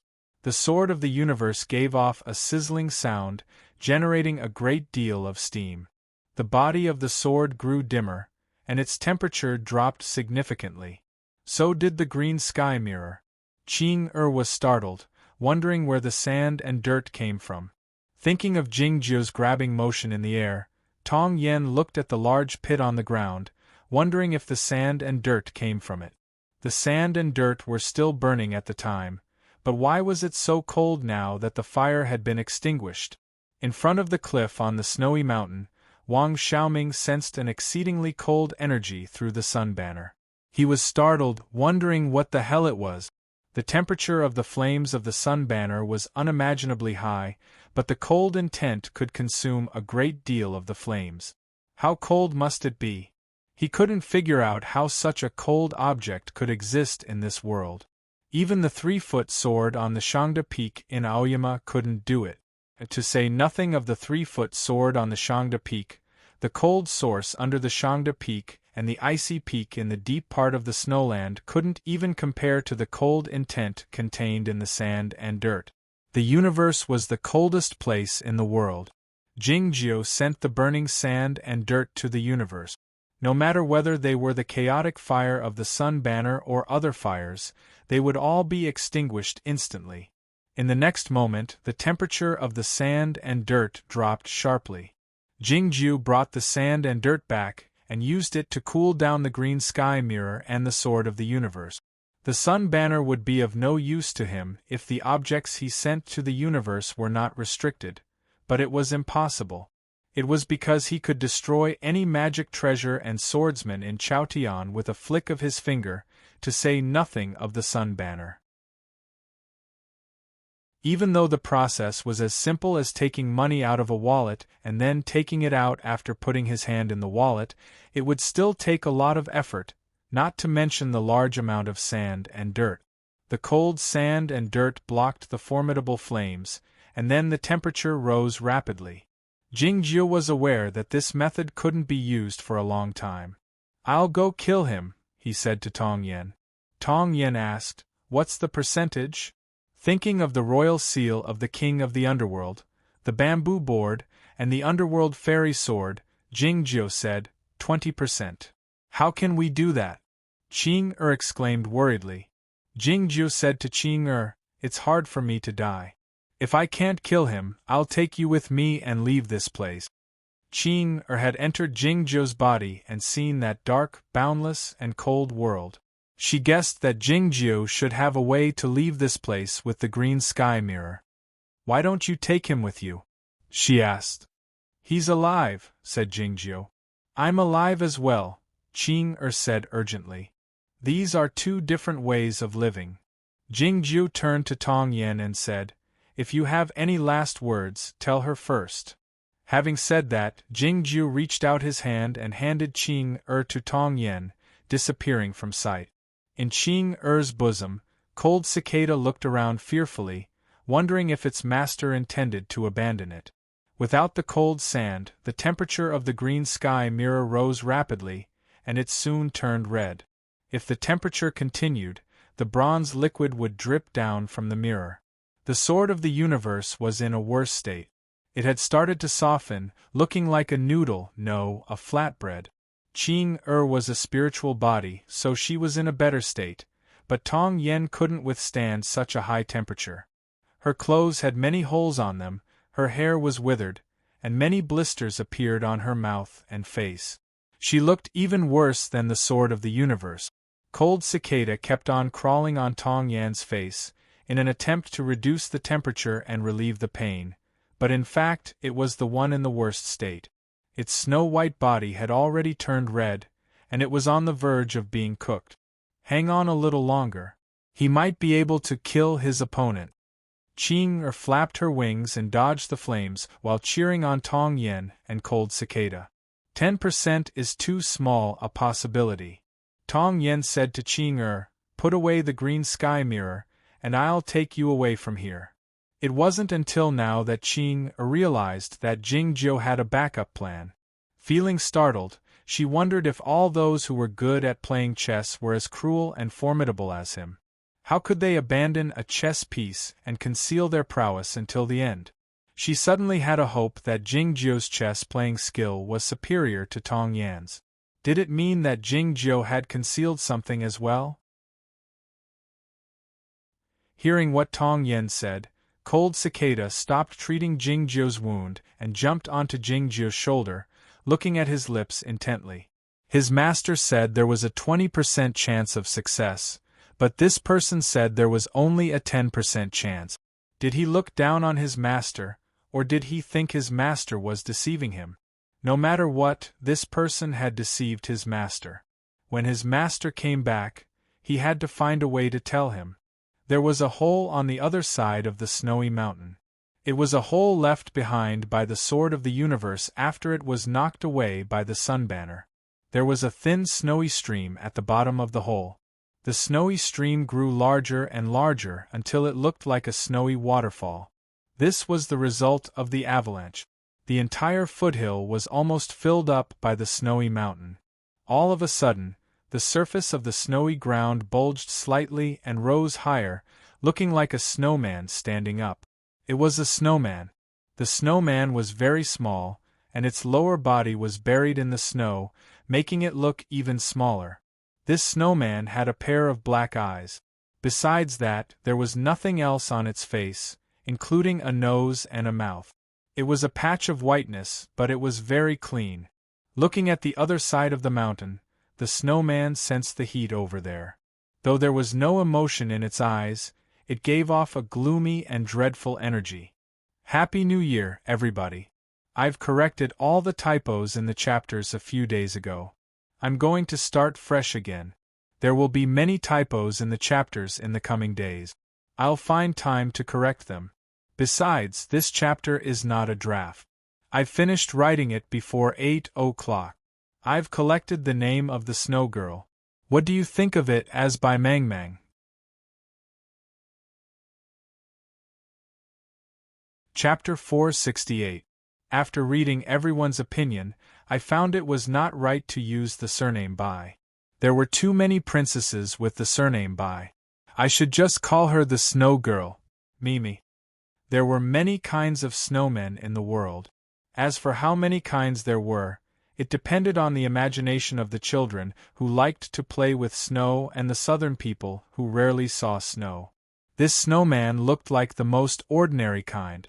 It was small and chubby, but its face was too clean, lacking a carrot and a dried red pepper. But if one looked carefully, one would find two special features of this snowman. It had long white hair that fell to the ground. It was unknown whether the hair was made of snow or something else. It looked very real, but because it was so real, it gave people a feeling that it was not real. Secondly, its eyes were so deep and dark that it made people's hearts palpitate. It looked like a dream, but more like a nightmare. It should be a female, so it should be called the Snow Girl. The Snow Girl looked at the mountain in silence. It was an endless sea of fire. She could still feel the high temperature from there even though she was so far away. Ice and fire were incompatible. Any kind of fire was a provocation to her, not to mention the sun banner, which was the sun upwind fire. She also felt that some of her subjects were going to die in the sea of fire. These flames were strange. She was at her weakest moment, so it was very likely that she would be hurt by those flames. She was not afraid. She just looked at the mountain in silence and analyzed the situation based on the fighting instinct in the deepest part of her bloodline. She might leave or go there. At this moment, she suddenly sensed a breath. The moment she sensed the breath, a storm arose in her sea of consciousness. She was forced to stop calculating at an unimaginable speed. The breath came from a place she had never been to.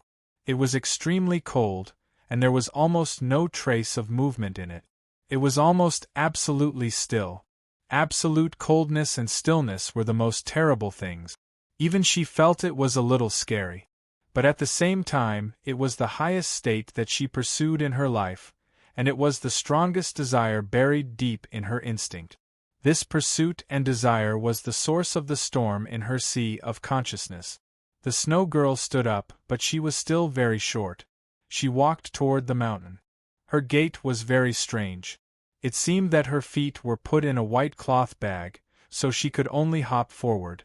She looked like a rabbit in a fairy tale. Such a strange gait was very fast. In just a few seconds she came to the other side of the mountain. It was a snowy mountain. The snow that had fallen off the mountain could be seen everywhere. The snow was her servant. There were fires everywhere on this side of the mountain. The fires came from the cracks in the ground, the fires fell from the clouds, the frozen streams that were evaporated, and the stones that were burned to pieces. It was like hell on earth. She had never left the snowland on the icy peaks before, so she had never seen such a scene before. She felt very uncomfortable and unhappy. Wang Xiaoming was standing on the cliff. She didn't even take a glance. She did not care about any weak humans. Even though the banner was the source of the strange flames, it was not what she wanted to confirm the most.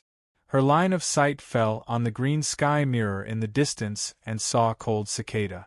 She thought that Cold Cicada turned out to be a lowly subject, and the lowliest kind at that. It didn't matter if he died. Chen and she sing chin chin. Inna of a king. Chen by of snow girl she could buy to this. To on the sand and of it. And by girl by Chen she in a he by. He which he. Chen. Cold Cicada's whole body was bright red, looking like it was cooked. No matter how she looked at it, there was no possibility of coldness existing here. However, she was extremely sure that the coldness she was looking for was here. At the very least, it had existed in the sand and that lowly subject's body. Her eyes became even deeper, and the snow around her suddenly sank, forming a layer of extremely hard ice on the surface. The instinctive desire that came from the deepest part of her life, and the pursuit of that realm caused her to ignore the flames and jump into the distance. A white line appeared in the sky, passing through countless layers of flames and leaving behind a hole. Pa! The snow girl landed on the barren land below the green sky mirror. The flames on the wasteland continued to burn, engulfing her and then extinguishing in an instant.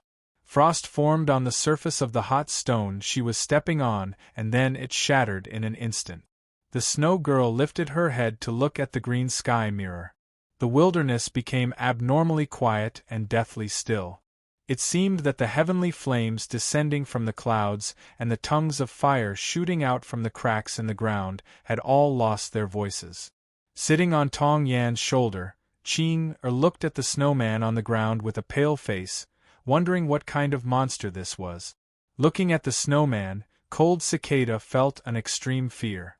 It had no way to deal with this mental attack. It passed out after a hiccup, falling down from Tong Yan's shoulder. Like a snowflake, Cold Cicada landed on the top of the snow girl's head, like what it had done on Lu Ada's head, making an exquisite and beautiful bow. The snow girl was quite satisfied with Cold Cicada's self-awareness. She flew to the top of the green sky mirror and lowered her head to look at the sand and sand. The sand and sand were burning, exuding a scorched smell that she didn't like, but she found a scent she liked the most. The snow girl closed her eyes, feeling intoxicated. If she could breathe, she would have inhaled deeply. It was then that the heavenly flames summoned by the sun banner dropped down again, bombarding the green sky mirror. The sand and sand were smashed in all directions, and the energy had gradually disappeared, like the scent on cold cicada. The snow girl opened her eyes and looked at the sky. Though she didn't reveal any emotion, the whole world was aware of her anger. Though she didn't make a sound, the whole world could hear her shriek. Hundreds of invisible waves shot up to the sky along with the snowflakes that came from nowhere. It looked like a snowy waterfall shooting out from the green sky mirror. The snowy waterfall and the flowing flames in the sky met in the sky, giving off countless booming sounds and a violent wind. The wildfires on the ground swayed violently, and the color of heaven and earth changed. The flowing flames kept on falling down, and the ice and snow had gradually melted. The snow girl's face was a bit wet, and some water seeped out from her feet. The water was extremely cold as well. It flowed on the surface of the green sky mirror and extinguished the fire in the sand easily. Drifting under the green sky mirror in the air, Tong Yen thought of the soundless shriek and the rapidly decreasing temperature. What was it that had come? In the next moment, he suddenly found that the sword of the universe blocking the underground fire had suddenly disappeared. The sun banner was indeed one of the most powerful magic treasures in the world. The walls of fire isolated heaven and earth, and also prevented the soundless shriek of the snow girl from reaching the snowy mountain. Yet, some of the flames could pass through the cracks under the ground. By the river of lava in the deep part of the underground, the king of fire carps had also heard the sound. A fearful expression showed in his eyes, wondering why that person had come out. He was struggling to decide whether he should go out or not. In the end, he chose to stay in the lava, because he was truly scared. Who could defeat that person? Though Wang Xiaoming didn't know who had come, he could sense that a great deal of the sun banner had been swallowed. This fact shocked him to the core. After he had successfully tempered the sun banner, he was invincible. Even the king of fire left by the Zhongzhou school in the Gathered Soul Valley was not a match for the sun banner. Who was it? It could swallow the sun fire. Was it a magic treasure of the fairy state similar to the sun banner, one that was born with a cold and dark nature? Yet, there was no such treasure in Chaotian. The space in front of the cliff was suddenly torn open, and the sword of the universe appeared out of nowhere. The body of the sword was still burning hot, but it was exceedingly bright. The reflection of the snowy mountain made the sword look a bit colder. The sun banner flipped up on its own and pulled the sword of the universe into it, making it unable to move forward. How could a grain of rice emit a glow? As Wang Xiaoming was thinking of this, a more desolate figure suddenly appeared in front of the cliff. Jingjiu passed through the ocean of fire and arrived in the middle of the battlefield. He grabbed the hilt of the sword of the universe and thrust it forward. A faint tearing sound rang out. The sword of the universe came out from the banner, thrusting toward Wang Xiaoming. The black smoke came out from the cliff, and the sun banner emitted countless balls of fire. Wang Xiaoming hid in the fire, yelling sharply, "Do you think you can stab me this way?" As he screamed out these 8 words, the resentful ghosts in the sun banner had already cried countless times, and the fire swept across the sky. This was the combination of the chaotic fire and the tears of the dark spirits. Facing such a deviant method, even the figures in the heavenly arrival state would find it difficult to handle. Though the cries of the ghosts had no effect on Jingjiu, the chaotic fire was indeed formidable. His body could only withstand it for a moment. This moment was at most the time it took to utter these words. The outcome would be determined in a moment. In this moment, Jingjiu wielded his sword once, but in fact, he had wielded more than 3,000 swords. Most of the 3,000 swords were blocked by the sun banner, and only a few of them landed on Wang Xiaoming's body, leaving a few bloody marks on it. At the same time, the fire of the sun banner had swallowed up Jingjiu's body. If it were any other cultivation practitioner, he would have turned into a puff of green smoke. Jingjiu didn't die, but he was badly wounded. The white cloth made of natural worm silk was burned into pieces, and his body was covered with scorch marks. The sun banner was too formidable. In his current cultivation state, he couldn't resist it head-on. If he didn't retreat, he would die on the spot. But he was still calm. It was obvious that he still had some tricks up his sleeve. A soundless and shrill scream suddenly came from the wilderness. Meanwhile, a violent energy approached at a high speed. The snowy mountain was shaking restlessly. Countless snowflakes fell down with a loud rumble, drowning the cliff in an instant. Wang Xiaoming landed at the foot of the cliff. He retreated a few thousand feet with the sun banner in his hand, looking at the distance vigilantly and protecting himself. The expression on Jingjiu's face was unprecedentedly solemn. He used the fingers of his right hand as a sword and drew a formation with the inherited heaven sword style as quickly as he could. A white figure arrived in front of the snowy mountain with a coldness that was even more dreadful than the snowflakes. It took Jingjiu a long time to figure out the weakness of the sun banner, so he could use the underworld fairy sword to cross the sea of fire and arrive at the snowy mountain. But the snow girl crossed the sea of fire directly. The difference in difficulty between the two was like the difference between heaven and earth. The snow girl had to pay a price to cross the sea of fire of the sun banner. The surface of her body had melted a lot, making her look slimmer. The cold fog dispersed from her body, and the remaining fire on the ground was gradually extinguished. The sun banner swayed in the wind, and countless flames drifted toward her. She was like a cold black hole that could absorb all the light and heat in the world. Wang Xiaoming was shocked speechless. The snow girl didn't even take a look at him. She walked to the front of Jingjiu and took the sword of the universe. Holding the sword, she lowered her head and looked at it carefully. It was as if she was admiring a painting. Or a universe. Please remember the domain name of this book. Mobile version.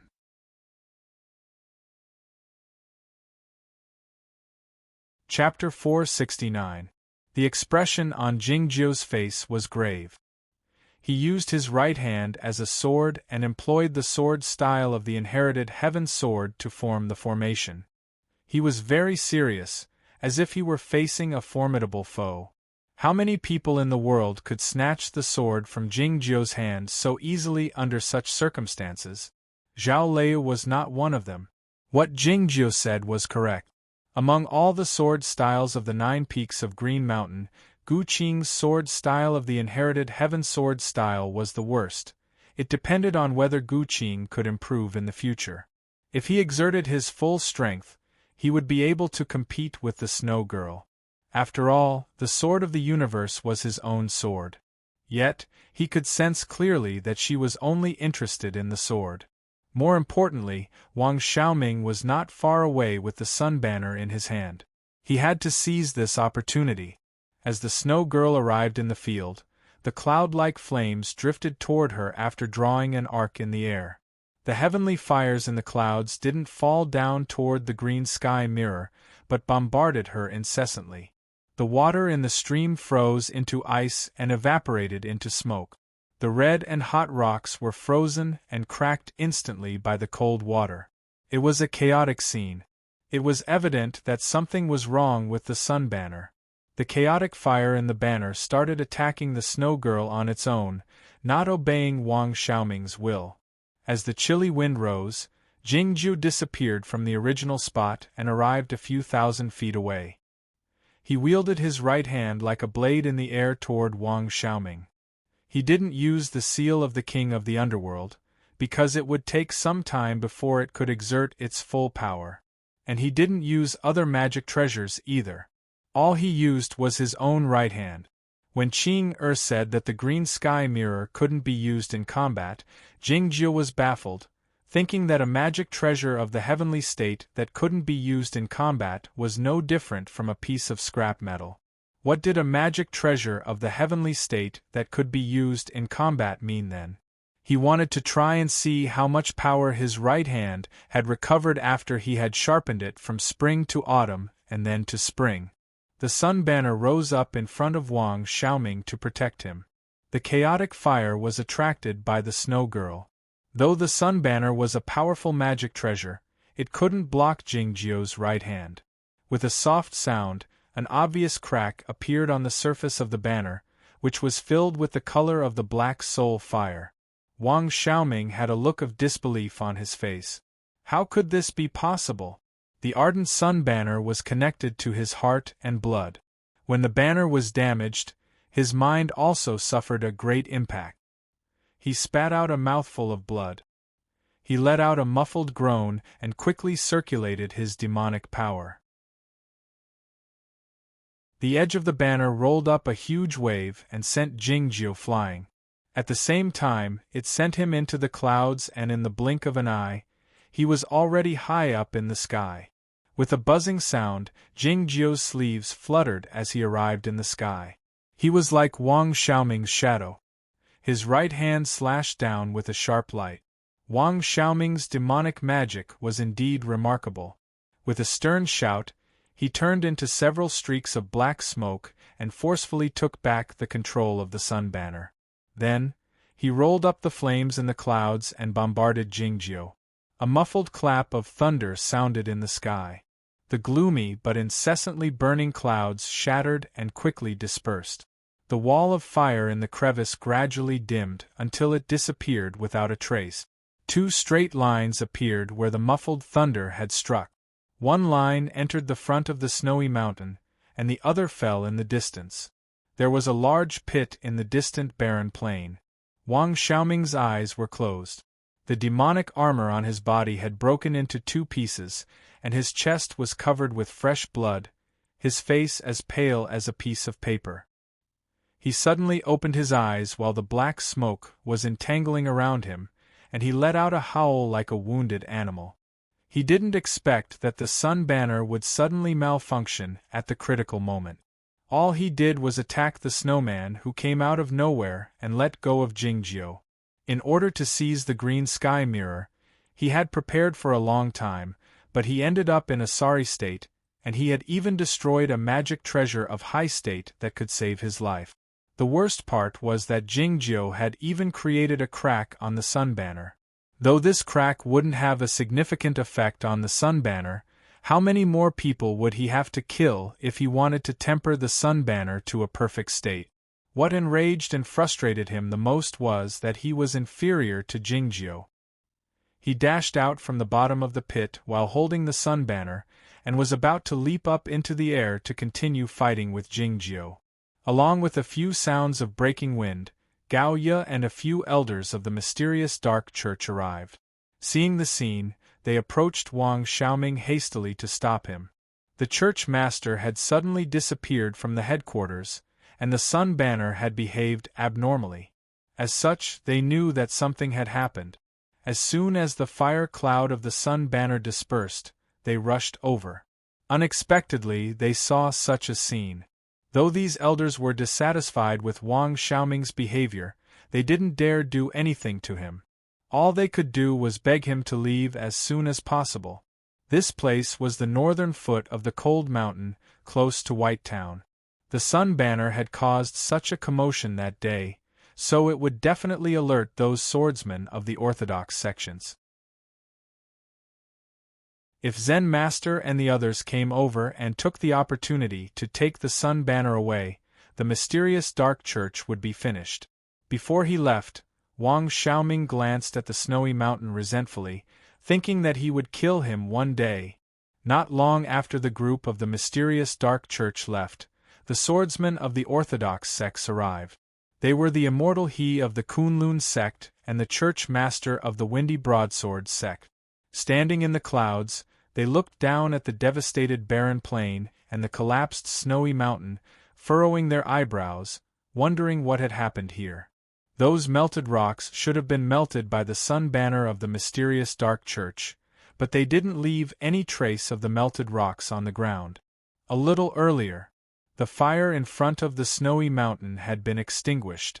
The sun banner was taken away by Wang Xiaoming, so the fire couldn't be ignited without a source, and the fires in the underground had returned to their original places. Jingju stood up and wiped the ice and snow off his face.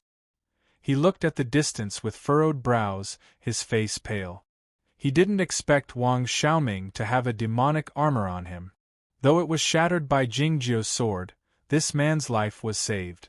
The snow girl was still standing on the same spot. She lowered her head to look at the sword of the universe in her hands and sensed the energy on it. The surface of her body had melted a great deal.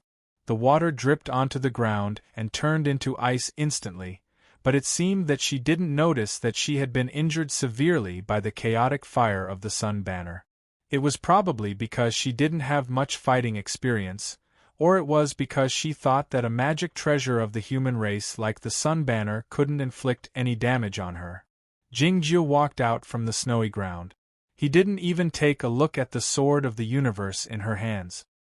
His figure suddenly disappeared, and he arrived a few miles away. The green sky mirror had returned to its original size, lying on the ground in silence. Qing flapped her wings and looked in the direction of the snowy mountain, her small face full of fear and bewilderment. "Let's go," said Jingjiu. Qing came back to her senses and said while pointing to the snowy mountain, "Your sword is still there." Jingjiu didn't pay any attention to her. He picked up the green sky mirror and tied it to his back using the white cloth burned by the sun banner. In the next moment, he arrived a few miles away. Standing on the same spot, Tong Yen looked at the disappearing figure in the distance, wondering if it was an open robbery. Qing didn't notice that Tong Yen had been left behind. "Your worm is still over there," she reminded Jingjiu. Jingjiu didn't give a response, as he thought that he had no choice but to go as far as he could, not to mention the sword of the universe and cold cicada. Soon, he arrived at a patch of snowy mountains 100 miles away with the green sky mirror on his back. He sensed something was out of place, and realized that he should head south instead of traveling in the snowy mountains. There were no trees on the snowy mountains, so the broken cliff was quite visible. He landed in front of the cliff, remaining silent for a while. As the wind rose, the sword of the universe drifted up. Sitting on the sword, the snow girl had a small body, her white hair spread out behind her like a gauze dress. Cold cicada hung in her hair, looking quite adorable. She looked at Jingjiu in silence, her dark pupils devoid of any emotion.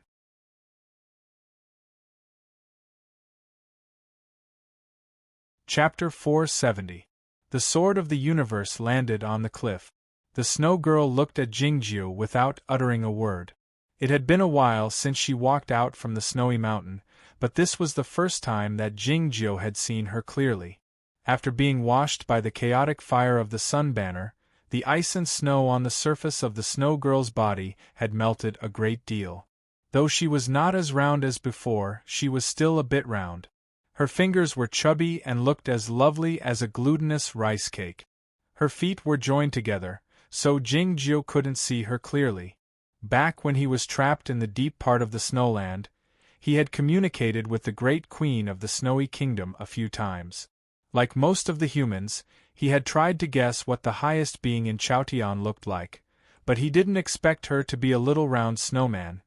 The being that Jingjiu feared the most in Chaotian was not the fairy book of the Zhongzhou school or his big brother, but the queen of the snowy kingdom. He was certain that the queen was the most powerful being in this land, even more powerful than his friend the giant. Jingjiu wasn't even her equal in his previous life. How could he avoid the threat of the queen of the snowy kingdom? It was simple, to stay away from her. As such, Jingjiu didn't come to the north again after his trip to the snowland. He turned around and left when he was 300 miles away from White Town.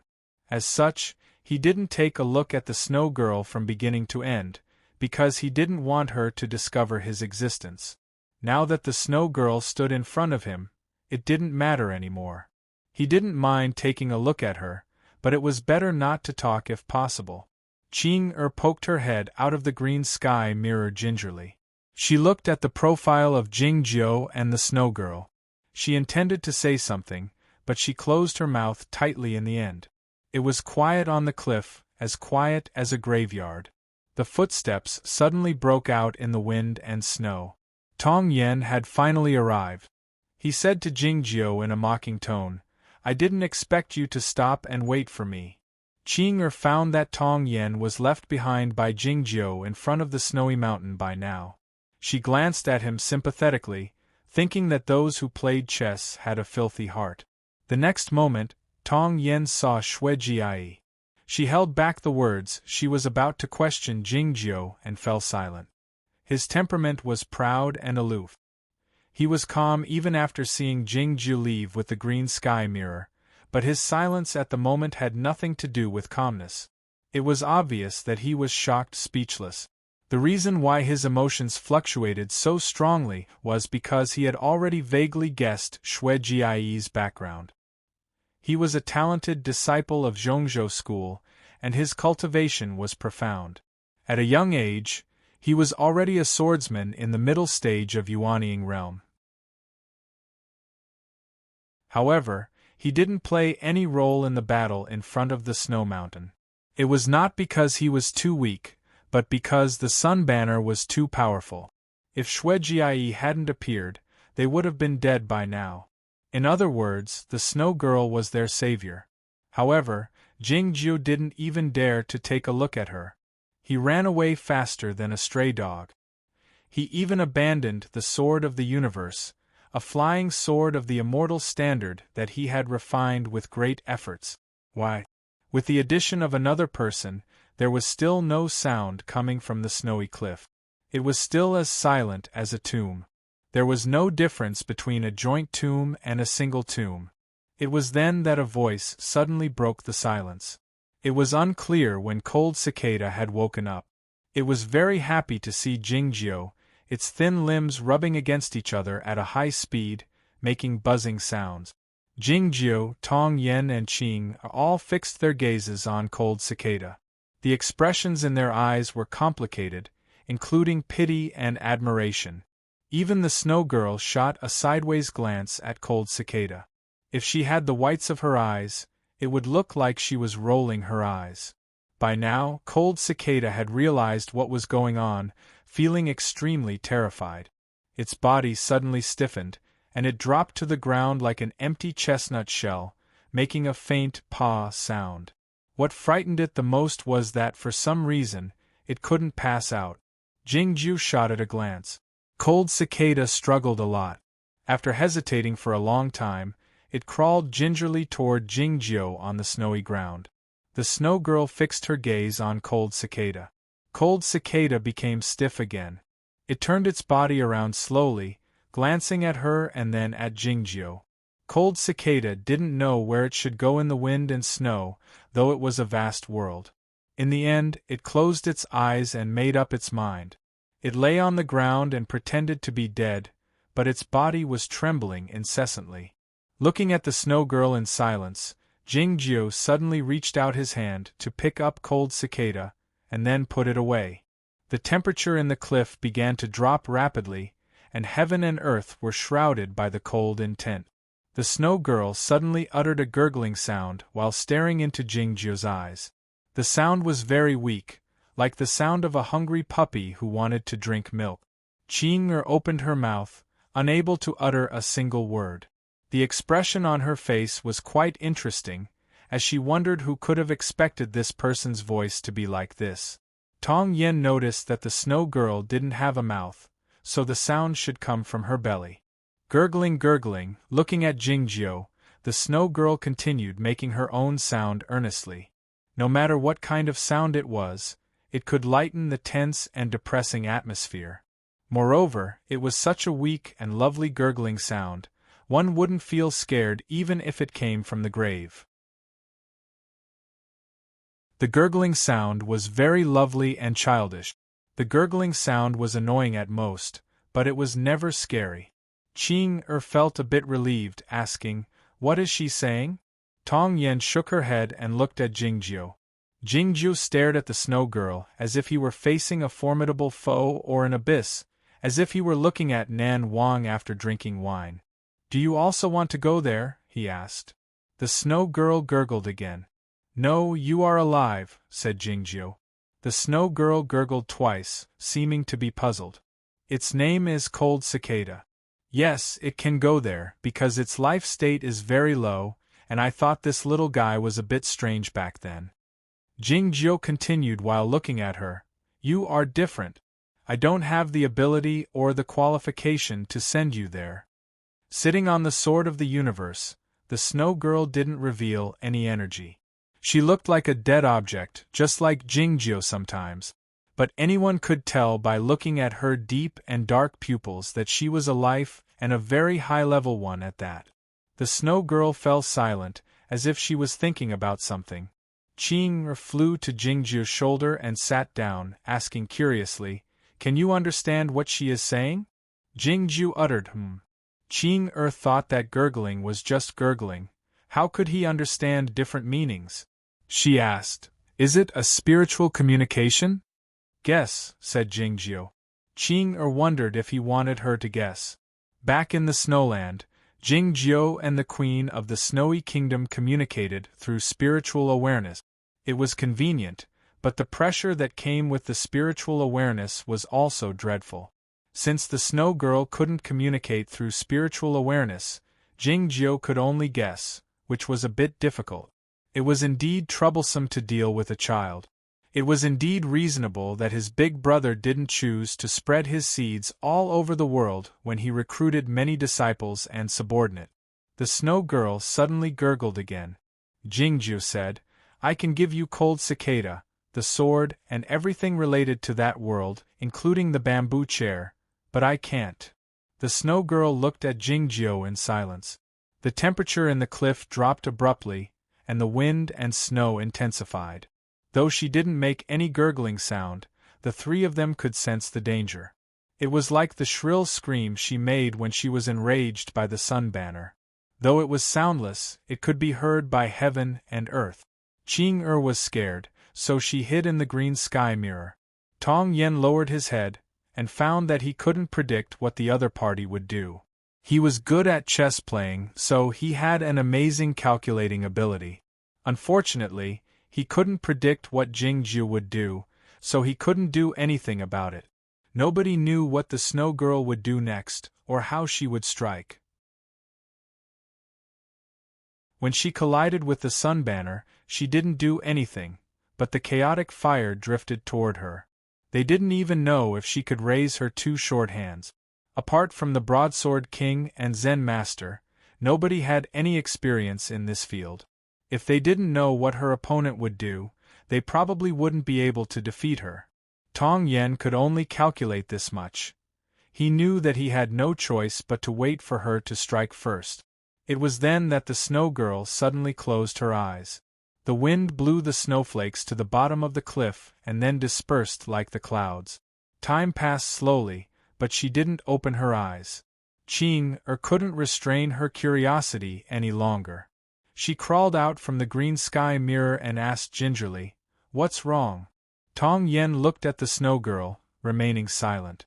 After a long time, Jingjiu uttered, softly. Tong Yen felt relieved and said to Qing "She is asleep. In fact, it's quite fun to be called by Ying. Thinking of Sensei De, Zhang Daodu, Si Lily, and Zhou Lele, I only know this name. Ying.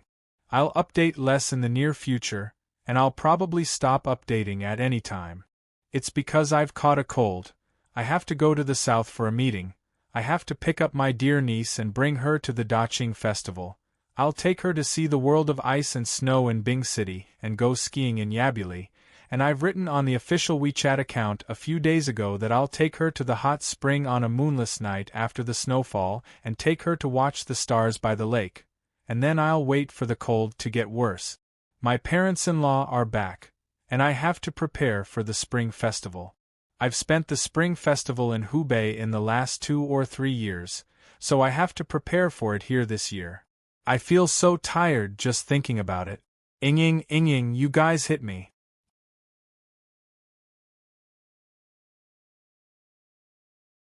Chapter 471.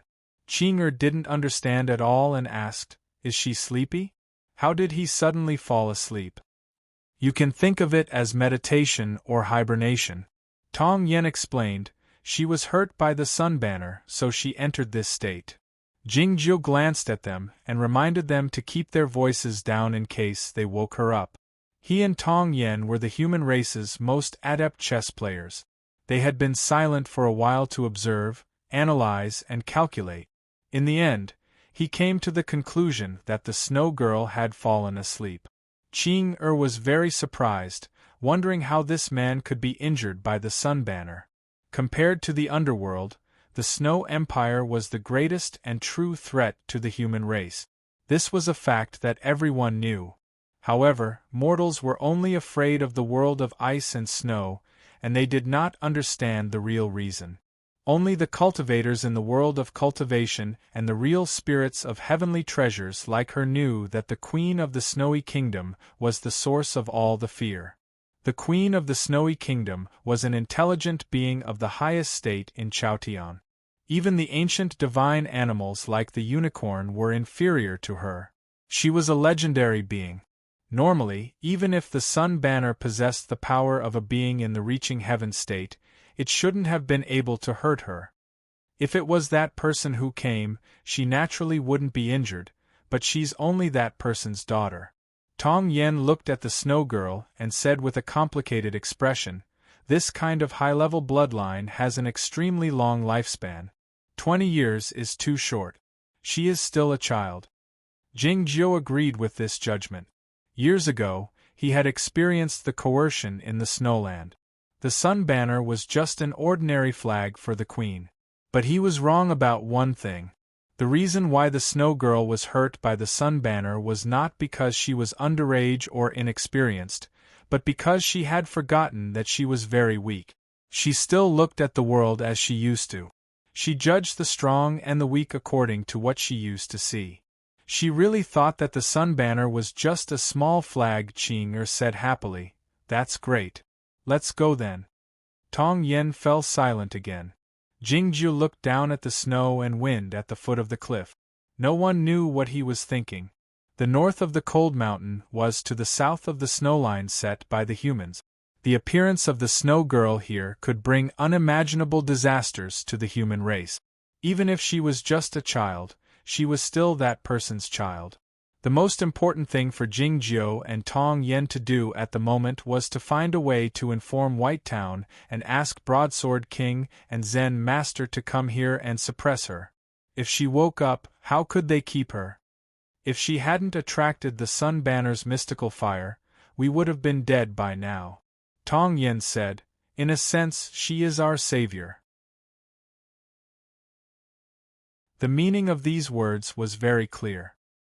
He could not bear to hand the snow girl over to Sword Saint and Zen Master and let her be executed. Should he let the snow girl sleep in the snow mountain? No one knew what kind of disaster she would bring to the human world when she woke up. In that case, there was only one solution left, which was to take Shuejiai away and let them take care of her. The problem was, would they be able to shoulder such a heavy responsibility? Zhongzhou School really liked to control everything, even if it was an abandoned student. This was Jingjiu's thought. Looking at the wind and snow at the foot of the cliff, Jingjiu remarked, "It's a terrible idea." Tong Yen asked while staring into his eyes, "What if you kill her?" Jingjiu of course wouldn't kill the snow girl. First of all, he was not sure if he had the ability to kill her. Secondly, even if he could kill her, what if the Queen of the Snowy Kingdom took revenge for her daughter after she found out about it? Would he want the whole of Aoyama to be buried with her? There was no need to talk about the nonsense of mother and daughter killing each other. The story of the mother and daughter killing each other and not being killed by others had happened many times in history, and Green Mountain had seen it many times. Jingjiu didn't know how to respond to Tong Yan's provocation. If it were any other provocation, he would retaliate with a swing of his sword, but the provocation related to the Queen of the Snowy Kingdom. He could endure it. As the saying goes, enduring for a moment is like enduring for a lifetime. The sun banner was taken away by Wang Xiaoming, and the green sky mirror had no need to resist the heavenly fire, so the temperature had returned to normal. The sky in the illusionary realm of the green sky mirror grew darker. It was no longer red, but as gloomy as the ink. The eldest young Master Zhang had noticed the change in the sky a long time ago, thinking that the Emperor had indeed heard his voice. He couldn't help but feel proud. As the gentle wind brushed over his body, he felt so comfortable, he shivered a few times. Then he remembered that he wasn't wearing any clothes, and he was covered in sweat all over his body. It was easy for him to get sick if he was blown by the wind. This world had become stranger and stranger, but who knew if he would get sick in the future? He walked back to the courtyard at the foot of the mountain while leaning on the wooden stick. He checked on his son, granddaughter, grandson and daughter-in-law one by one, and made sure that they were all safe and sound. He put on a jacket and went to the nearby Zhao Ju house to make sure that all the people and livestock in his house were still sleeping. Then, he went to the well behind the Zhao Ju house and craned his neck to take a look. After he was sure that the red carp hadn't come back, he couldn't help but feel disappointed. Thinking of the peculiar phenomenon that day, he was worried that the red carp would be safe. Over the last few years, he was the only one in the village who was awake. Even the livestock and the magpies at the entrance of the village were sleeping. Though he wasn't scared out of his wits by the peculiar phenomenon, he couldn't help but feel a bit lonely. It wasn't until last year that he suddenly found a red carp in the well, and that the carp could talk to the humans. He was so happy that he said good morning to the carp every day after he got up, and then he talked to the carp every day. He had killed a lot of time by doing that. Through the conversations he had with the carp, he learned that the red carp was a divine beast of a different world, called the King of Fire Carp, who lived in a patch of scorching lava. Unfortunately, the King of Fire Carp was a bit dull, and it seemed that he hadn't been to any other places.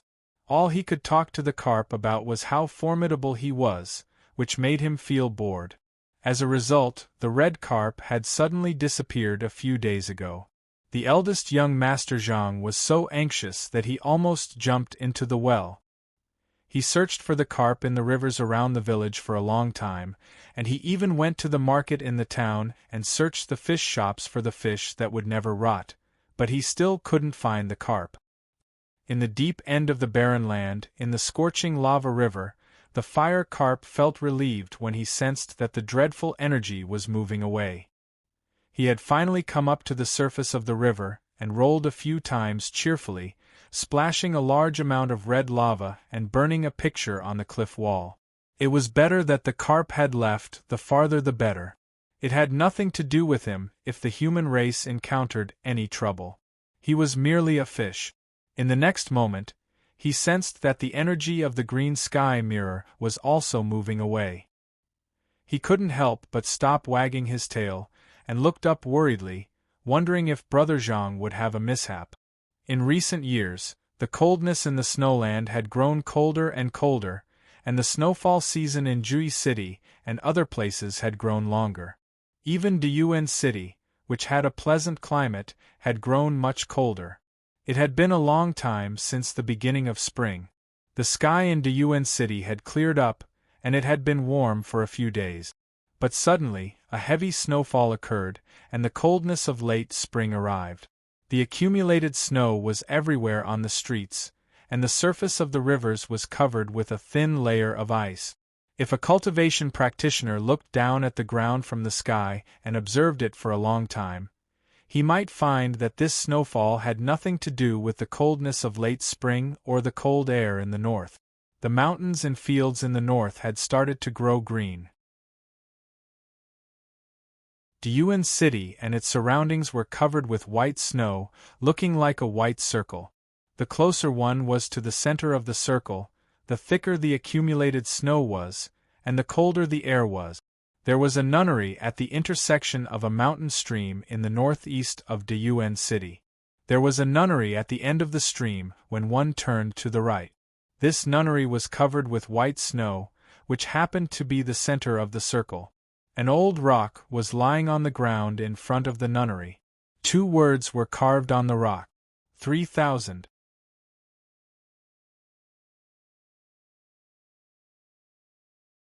Chapter 472. As the coldness of spring enshrouded Diyuan City, the residents rummaged through their chests and cabinets hurriedly to find the thick winter clothes. The cotton-padded jackets that had already been taken off the shelves in the shops were selling like hotcakes again, and they were often out of stock. A few large carts were parked in front of the clothes shop, and the workers kept moving the goods down. In the cold weather, the mist formed by sweat was very eye-catching. In front of an antique shop not far away, a man holding a cup of hot tea looked at the scene and asked, "Have the winter coats and charcoal been distributed?" This person was about 30 years old. He had a calm demeanor, clear eyes, and some white hair on his temples. It was that young Masterly from back then. The manager of the antique shop hurriedly replied, "Young master, everything is done." Before Jingjiu and Guodong left Yuan City, they gave him a box of golden leaves. He used the golden leaves to open an antique shop. Not long after that, his father, the Governor Li, was released from the prison. The officials of Diyuan City were shocked, so they had to show some respect to the Governor Li. As a result, the business of the antique shop was quite good. 10 years had passed, and he had become a famous literary merchant in Diyuan City. However, people still called him Young Masterly because he hadn't gotten married yet. The steward continued, "Yesterday, the 3,000 nunnery came and bought a lot of cotton-padded jackets and quilts. I wonder if they are preparing for winter relief." The 3,000 nunnery was not well known in Diyuan City. The steward of the nunnery was naturally instructed by the owner to pay attention to every move of the nunnery. Young Masterly was somewhat surprised, thinking that there were only a few old nuns in that nunnery, and they had never given out porridge or anything like that, so why did they buy so many cotton-padded jackets and quilts? He decided to go and have a look in a few days. "I haven't been there for a few years and I actually miss it." He recalled how he had mistakenly entered the depths of the valley after drinking with his bad friends. He had greedily looked at the morning sun and ended up falling into the lotus pond. He couldn't help but laugh at himself. After a smile, there was a faint sense of disappointment. Young Masterly said that he would go and have a look in a few days, but in fact, young Masterly went the next day. This had nothing to do with coincidence. It was just that he found a very suitable reason to revisit an old place. In the first few years, he often went to the nunnery and played the zither to the deserted lake. The nuns in the nunnery ignored him. The sound of the zither floated on the surface of the lake, but no one came. Hence, he gradually came less and less until he never came again. Looking at the two words on the stone, young Masterly thought of what happened in the past. He shook his head and walked in. Just like before, the nuns in the nunnery did not show up. He didn't walk far before he felt a little strange. Why was it so cold here? The water in the stream was completely frozen. The snow on the bridge was extremely thick, but there were no footprints. The roofs of the nunneries on the other side were also covered in thick snow, making one worry that they might collapse. He slowly walked across the snow bridge, came to the meditation room, and looked inside. The round window faced the snowy lake on the other side, cutting out an extremely beautiful world. Inside the house, countless quilts were piled up on the floor like a mountain, and a little girl was buried in them. The little girl's entire body was wrapped in a quilt. Even her mouth and nose were covered. Only her tightly closed eyes could be seen. Her face was pale and it seemed like she wasn't breathing. Young Masterly was shocked.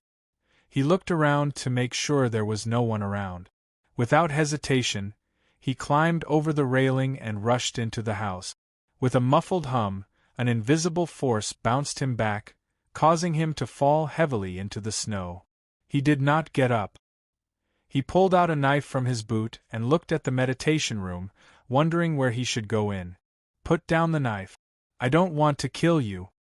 A voice came from the snow. The voice was chilly, devoid of any emotion. Holding the knife in his hand, the young Masterly looked at the source of the voice vigilantly, asking, "Who are you? What have you done to the little girl?" The voice didn't answer him. The young Master Li yelled angrily, "She's going to be crushed to death." In his eyes, the little girl had probably been crushed to death by the mountain-like quilt, but he didn't want to think so, because he still wanted to have a glimmer of hope.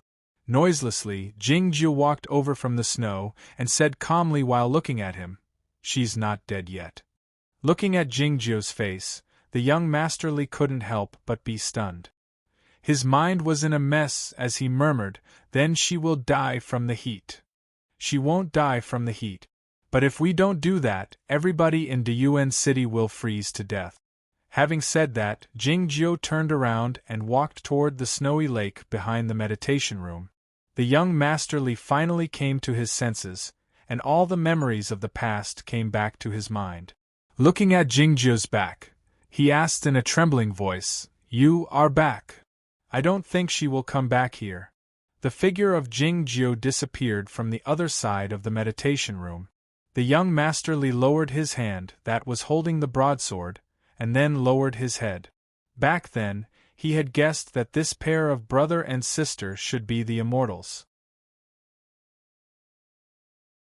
Seeing that Jingju's face hadn't changed at all, he knew that he had guessed correctly, and couldn't help but feel a bit bitter.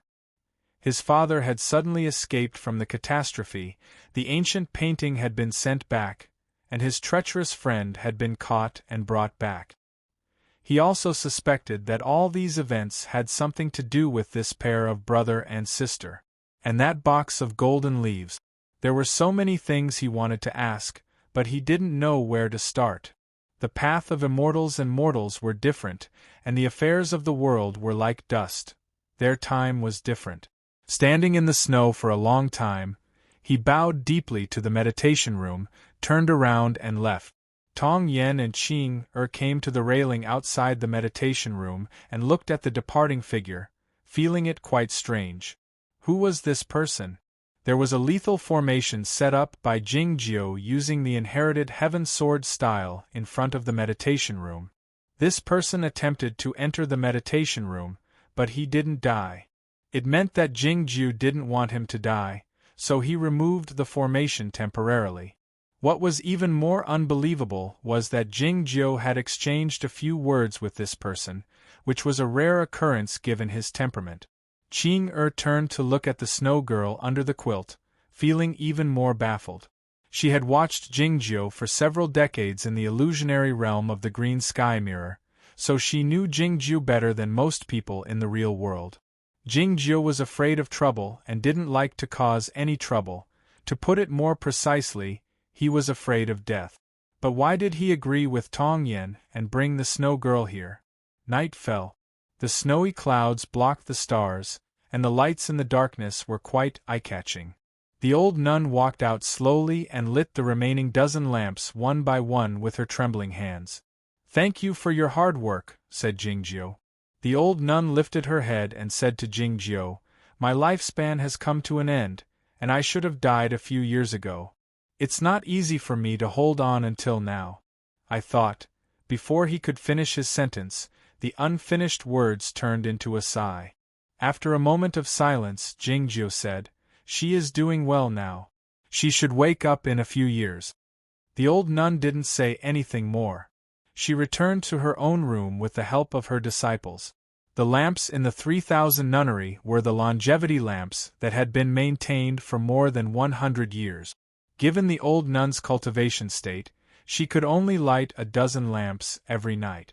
It took her a few days to light all the longevity lamps in the nunnery, and she had successfully activated the formation set up by Shui Yu Nunnery. With this formation, the cold intent that the snow girl emitted to heaven and earth would be under control. Looking at the sky, Jingjiu found that it was no longer snowing, so he knew that the snow girl would wake up soon. The zither music suddenly burst out in front of the nunnery. Jingjiu looked in that direction. The young Master Li, wearing a black cloak, sat on the snowy ground with the ancient zither on his knees, playing the zither attentively. The music was sonorous, and the energy was warm and gentle. This was the tune of expecting spring. Spring would come after winter. If it didn't come, it wouldn't come. This was the general meaning.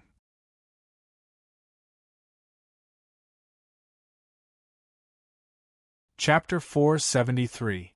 Most of the disciples of Aoyama were not well versed in music, and it was the same for the people on Shinma Peak. Jingju didn't understand the meaning of the song, but he thought it was beautiful, so he ignored it and walked to the meditation room. Qing'er was listening attentively in the corridor. When she saw him coming, she looked up and asked, "Who is this person? You play the zither really well. Listening to it gives me an indescribable feeling." Jingju didn't explain. He walked into the meditation room and came to the front of the mountain-like cotton-padded jacket. He reached out his right hand toward the exposed half of the snow girl's face. He was rather interested in this kind of high-level bloodline. He really wanted to study the other party's structure to see if it was fundamentally different from other life forms, such as whether it had a mouth or not. However, in the end, he did not do anything and retracted his hand. It was a conservative choice based on safety considerations. Although Shuejiai would wake up in a few days, there was no need to wake her up early and make everyone nervous. He walked to a corner, pulled open a few quilts, and took out the green sky mirror hidden there. He stepped over the round window and arrived by the snowy lake. Qing'er doesn't dare to go through the meditation room directly. She flaps her transparent wings and turns into a stream of light. She bypasses the entire building and comes to the lake. Tong Yen stood on the small bridge and followed them to the lake. She raised her eyebrows slightly, thinking that it was no wonder that she couldn't find them no matter how hard she tried. Nobody dared wake up the snow girl in a deep sleep, so nobody discovered the green sky mirror hidden under the quilt. Looking at the lakeside, Tong Yen didn't dare look away from the snowy lake. Otherwise, what if Jingju ran away with the green sky mirror? Suddenly, a dozen sword wills emerged from the lakeside and formed a formation, shielding Jingju and Qing'er inside. Tong Yan's eyebrows grew even thicker, appearing even more striking on the snow-covered bridge. She wondered what kind of secret lay over there. Why didn't Qing'er tell him? He withdrew his gaze and looked at the other side of the snowy bridge, wondering who that person was. What does it have to do with this nunnery and Jingju's secret? Young Masterly, draped in a black cloak, sat in the snow and played the zither. His fingers were frozen red, but the sound of the zither never stopped. The sound of the zither crossed the snowy bridge, passed through the tranquil nunnery and plum trees, and reached the surface of the lake. It was carried by the wind and seemed even more ethereal. The formation could block the vision, but it could also block the sound of the zither. Jingju reached out his right hand and broke the ice and snow on the surface of the lake soundlessly. He dipped his hand in some water and sprinkled it on the green sky mirror. Seeing this scene, Qing'er felt a little cold. She folded her wings and hugged herself. She squatted down beside him and asked, "Do you really want to sharpen your sword?" When they were in the Guoqing temple, she had entered his body and knew many of his secret. Naturally, she wouldn't mistake him for the sword of the universe like Tong Yen did. He was her only companion in Chaotian, so she wouldn't reveal his secret to anyone else, even though she was curious about Tong Yen. Jingju uttered back when he made a bet with the unicorn in the Guoqing temple that he would use the green sky mirror to enter the illusionary realm one more time. It was because he had promised Qing'er on the Cloud Dream Mountain that he would help her solve some problems. Unexpectedly, he encountered the green sky mirror again in the end when he was severely wounded by Monk Duhai. The Zen sects liked to say that everything was predetermined. Judging from this incident, it was indeed reasonable. If he hadn't remembered his promise to Qing'er and wanted to obtain the green sky mirror, he wouldn't have been wounded. However, if he hadn't been wounded, he wouldn't have needed the green sky mirror at all. The so-called cause and effect turned out to be like this. Seeing Jingju's right hand sliding and rubbing on the surface of the bronze mirror, Qing'er asked worriedly, "Can you sharpen it? Why don't you try it on the back of the mirror with the patterns?" She, the mirror spirit, was the most familiar with the green sky mirror. The surface of the mirror was indeed very slippery, so it took a long time to sharpen the sword, but Jingjiu was not in a hurry. He was certain that the green sky mirror was the sharpening stone he had been looking for over a year. The bronze mirror was the best material for sharpening. The smoother the surface was, the more delicate it was, and the closer it was to perfection. Jingjiu said, "As long as you work hard enough, you can sharpen an iron rod into a needle. Though it's easier to sharpen an iron rod into a needle than to sharpen a sword, it's still possible." The green girl thought that she didn't understand, so she changed the topic and asked, "The day before yesterday, I asked you how to become a real human being. You asked me to think about it by myself. It took me 2 days to figure it out. If I could figure it out, why would I ask you?" Looking at the bronze mirror, Jingjiu adjusted the angle of his right hand, saying, "The answer is simple. As long as you think you are a human, you will be a human." Qing felt baffled, exclaiming, "What's the difference between this and deceiving yourself and others?" Jingjiu pressed without lifting his head, "Deceiving yourself?" Qing understood what he meant, pondering over it. "The most important question is, why do you want to become a human? Why can't you be a mountain, river, lake, sea, flower, tree, grass, or animal?" Jingjiu scooped up some water from the snowy lake and sprinkled it on the green sky mirror, and then continued sharpening it soundlessly. After a long moment of silence, Qing said, "They are all humans, you are a human, Tong Yen is a human, little Zhao is a human, and so am I." Jingjiu knew that she had thought it through and didn't need his help, so he didn't say anything more. The sound of zither could be heard from the other side of the snowy bridge, making the cold winter night feel a bit warmer. 10 years ago, the young masterly came here every night to play the zither to the horse, which was still grazing in Aoyama. The green sky mirror was the one listening to the zither tonight. Did it mean that this bronze mirror would go to Aoyama as well?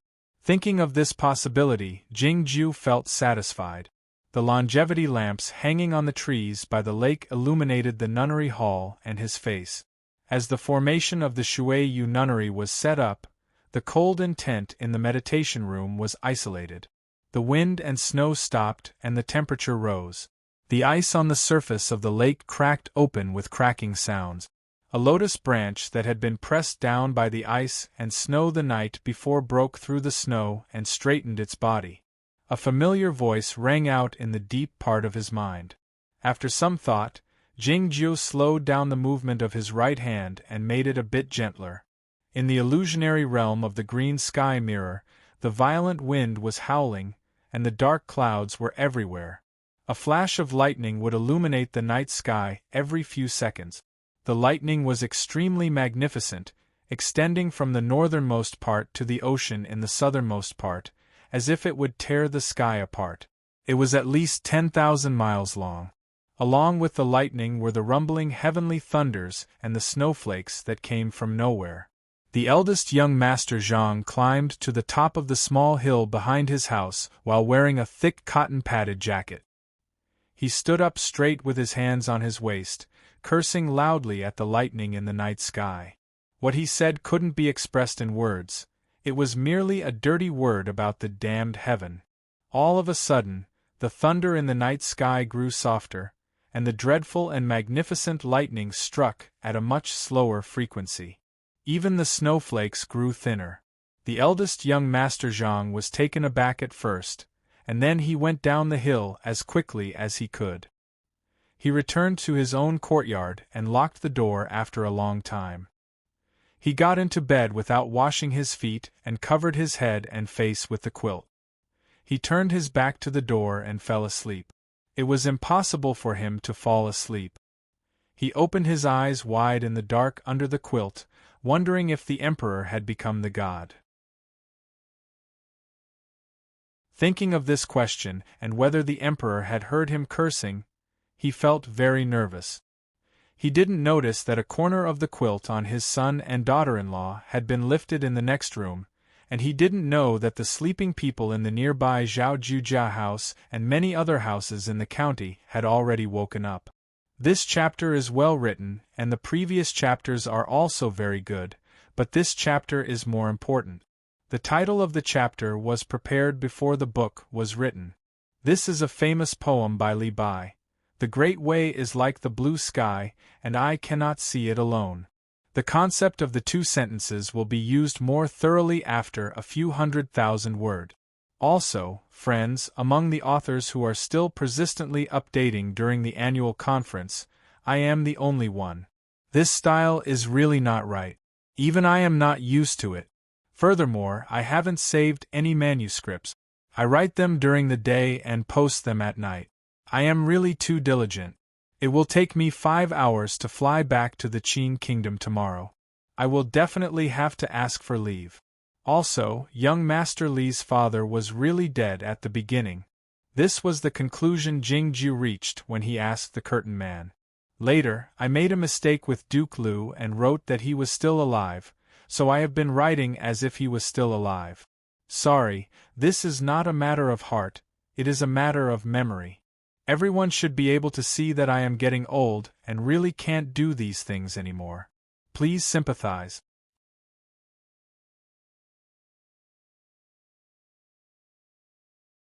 Chapter 474. The next morning, the ice on the surface of the lake melted more, and the nunnery became warmer. Tong Yen left the nunnery after informing the old nun. He arrived in Diyuan City via the wet mountain path. He found the antique shop of the young Master Li and bought some items. He learned something from the neighbors and the idlers. The West Ocean Rebellion happened 10 years ago, and the young woman the young Master Li met in the nunnery should be the senior master of Shui Yu Nunnery. It was easy to come up with this conclusion, because Tong Yen was good at calculating, and he happened to know the inside story of that event. It was dark when he returned to the 3000 nunnery. The longevity lamp hanging on the bridge among the trees by the lake grew brighter.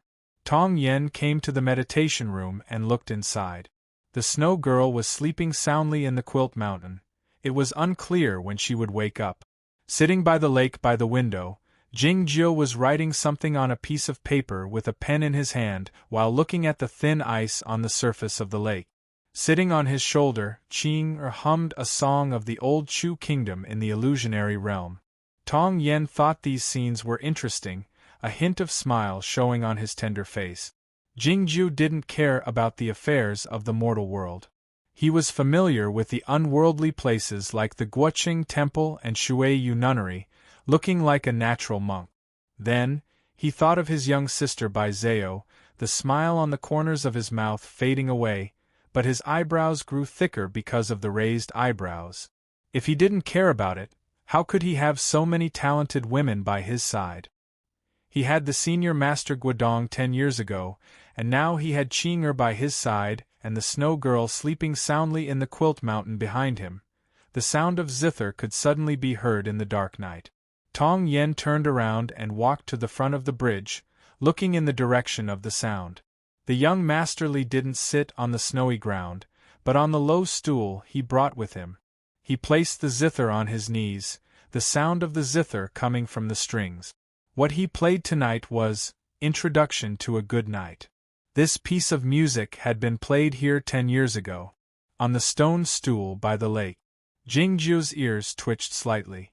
Qing'er, who was sitting on his shoulder, curiously leaned over and touched his earlobe. She thought to herself, why are they so good-looking even though he has a pair of big ears? Dozens of sword wills emerged from Jingju's body. He deployed a formation with the inherited heaven sword style, blocking the sight of the outside world but not the zither music. He dipped his right hand into the lake to wet it, and then continued sharpening the sword with the smooth surface of the green sky mirror.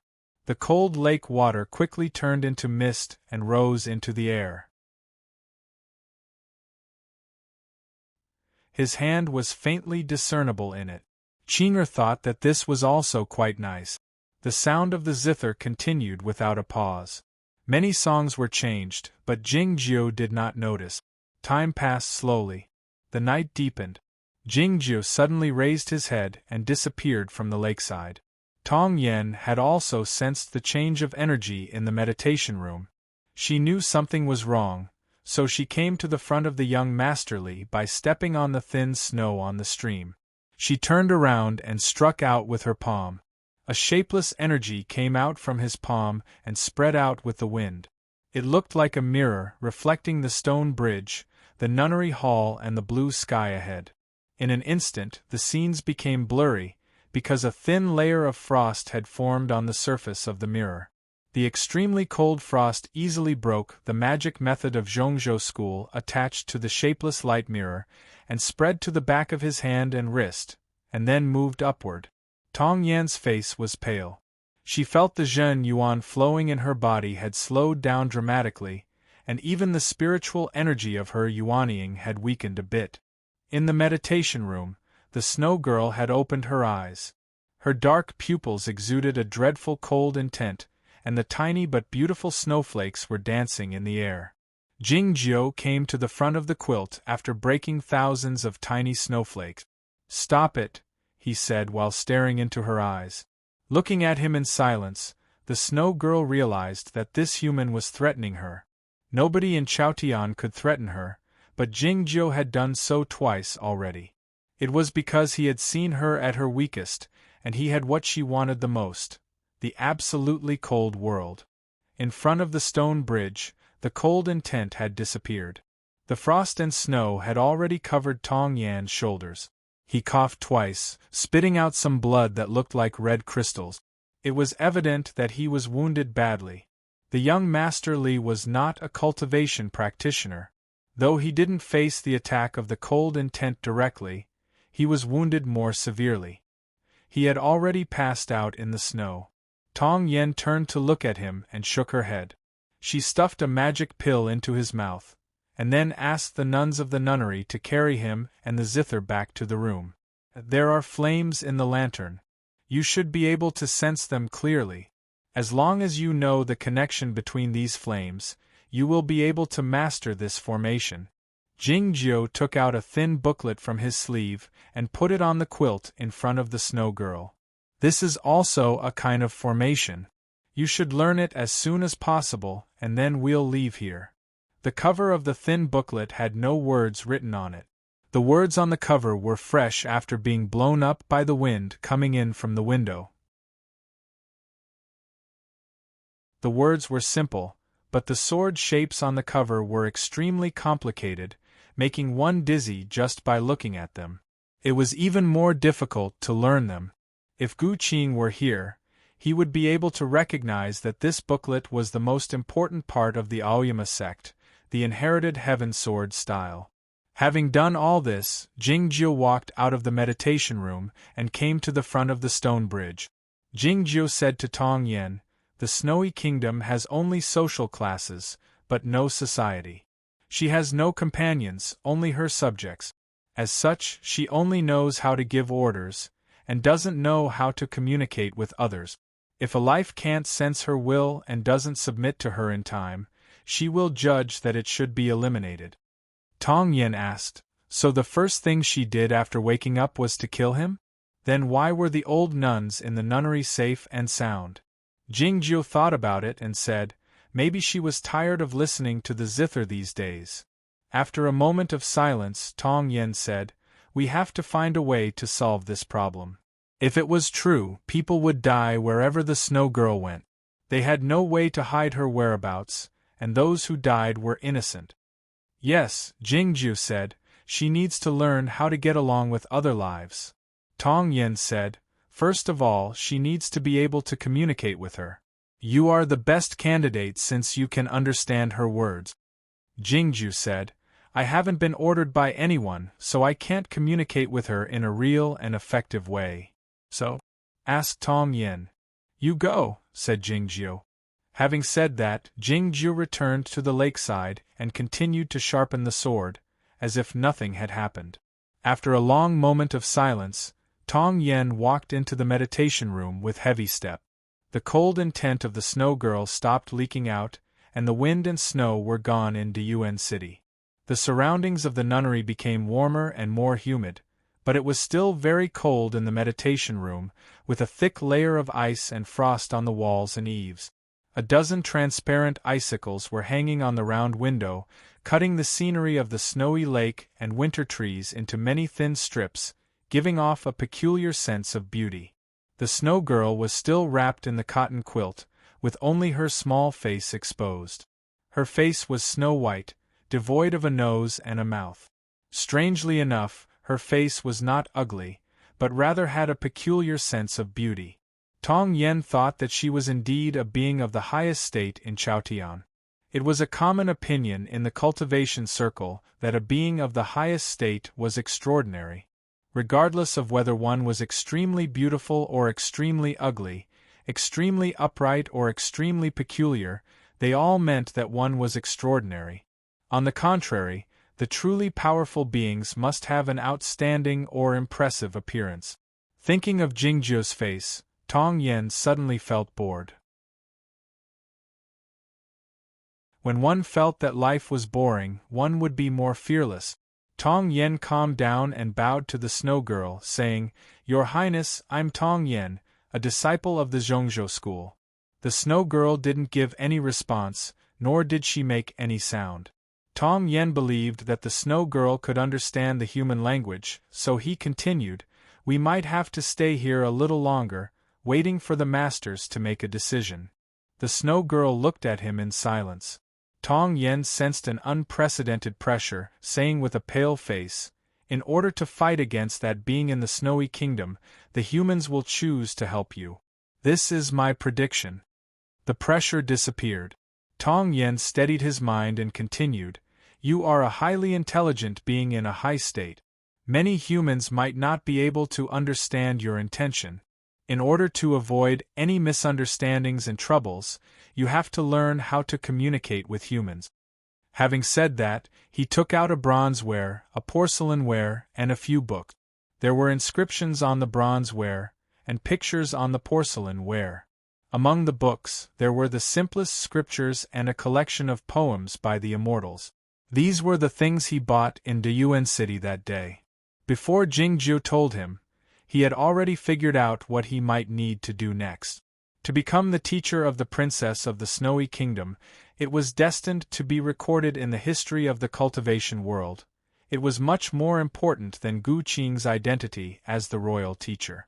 Thinking about these things, Tong Yen pointed the side of the bronze ware with the most inscriptions at the snow girl. He was going to start from the golden script to the ancient script movement hundreds of years ago. He believed that with her talent she would be able to master the way of communicating with humans in a short time, and she would be able to do it in an elegant and perfect way. The snow girl suddenly stood up. She was very short, so the mountain of quilts in the meditation room didn't collapse, but only bulged a little.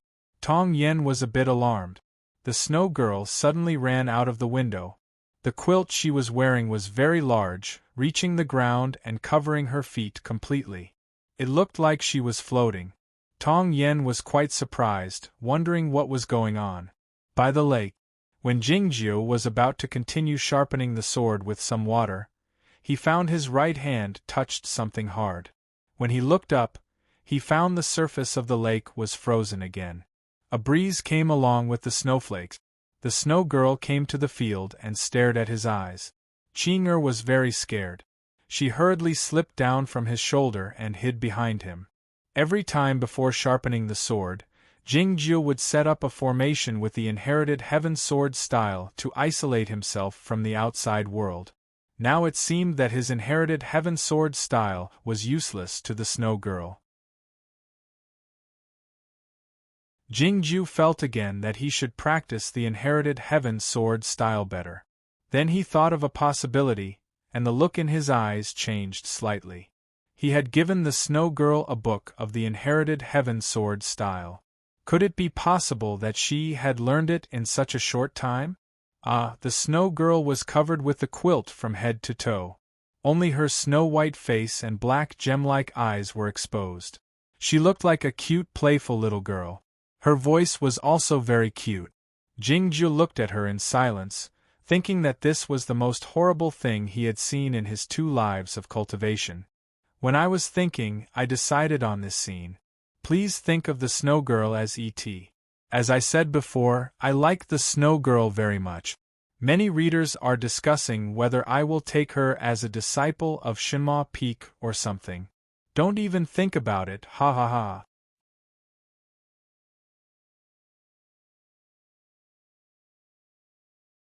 Chapter 475. If the Snow Girl had really learned the inherited Heaven Sword style, how long did it take her? This was a question worthy of deep thought and careful calculation, because this would definitely become a record in the history of Aoyama. Jingjiu asked Tong Yen to teach the Snow Girl how to communicate normally with human beings. Then, he went to the Snow Lake to set up the magic circle and prepare to sharpen the sword. Tong Yen took out the bronze ware, porcelain ware and the books at the same time. All in all, it took at most 10 breaths of time. No, there should be even less time. Jingjiu stretched out his hand to catch the thin booklet that floated in front of him and burned it into green smoke with his sword fire. Looking at the smoke, he thought to himself. Before Tong Yen entered the meditation room, Shueji had already finished reading. His expression didn't change, but his mood wasn't. He had been in seclusion at Shangda Peak and Shima Peak all year round. He rarely came into contact with the outside world, but he had lived for a long time after all. He was experienced and knowledgeable, especially after reading the notes left by his senior brother. He had never seen or even imagined an existence like the Snow Girl. The inherited Heaven Sword style was the main sword style of Tianguang Peak and the compulsory cultivation method for the sect masters of Aoyama. It used the sword as a formation, and its complexity was only inferior to that of the endless sword style of Qingrong Peak, but its profundity was even greater than that of the endless sword style of Qingrong Peak. As such, it was extremely difficult to learn it. How many years did it take for Gu Qing to learn this sword technique? How many years did it take for Lu Shui? Where was Zhuo Rizhui? How many years did Lu Xi take? How many years did senior brother take? What about himself?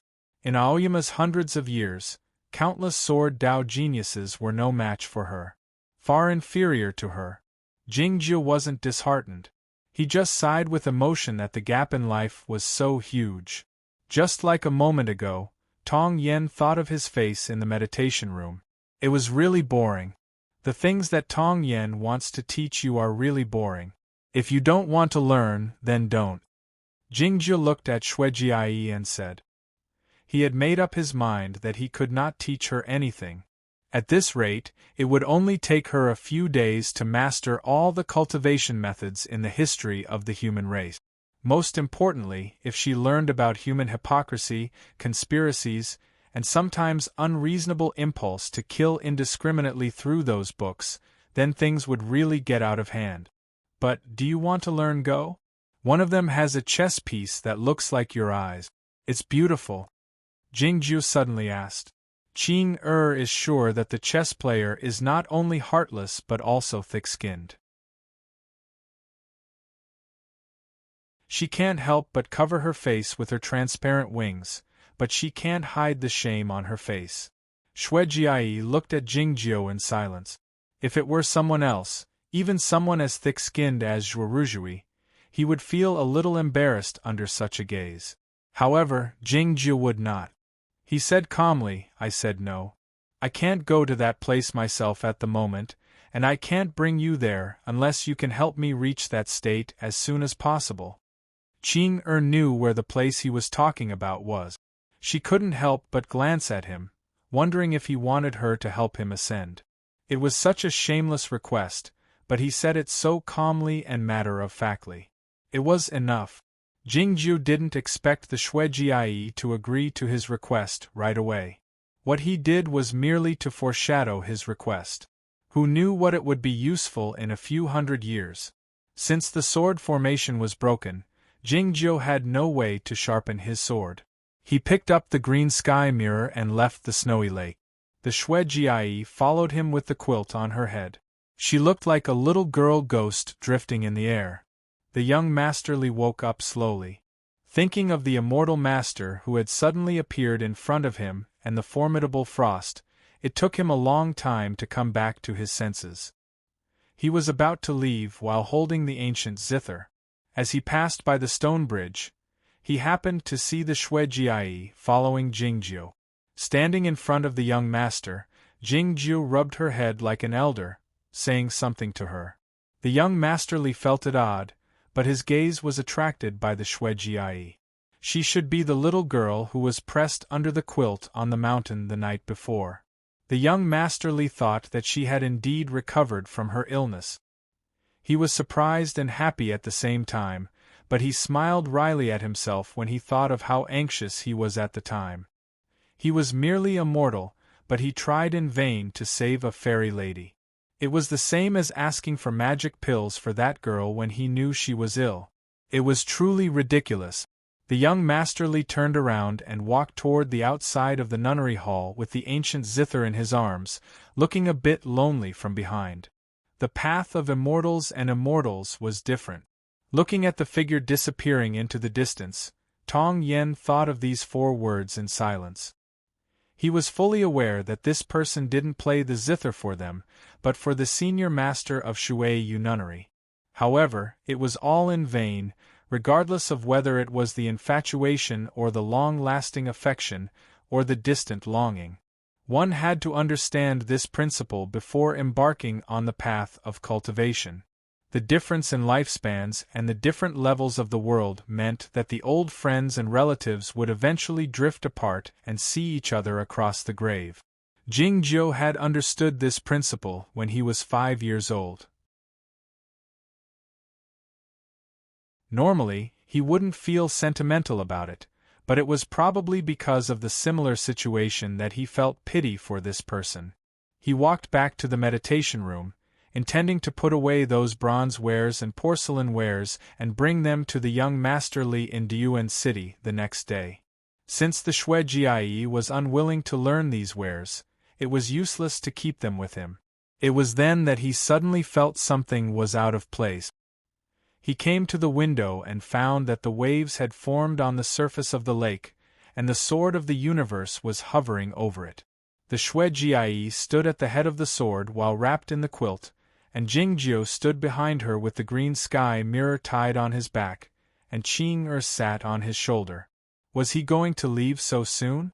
Tong Yen wondered how he could block the cold intent from the Shuejiai.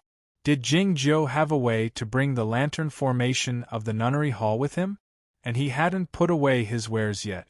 As he was thinking of all this, he suddenly saw the apologetic expression in Qing eyes, and his heart sank.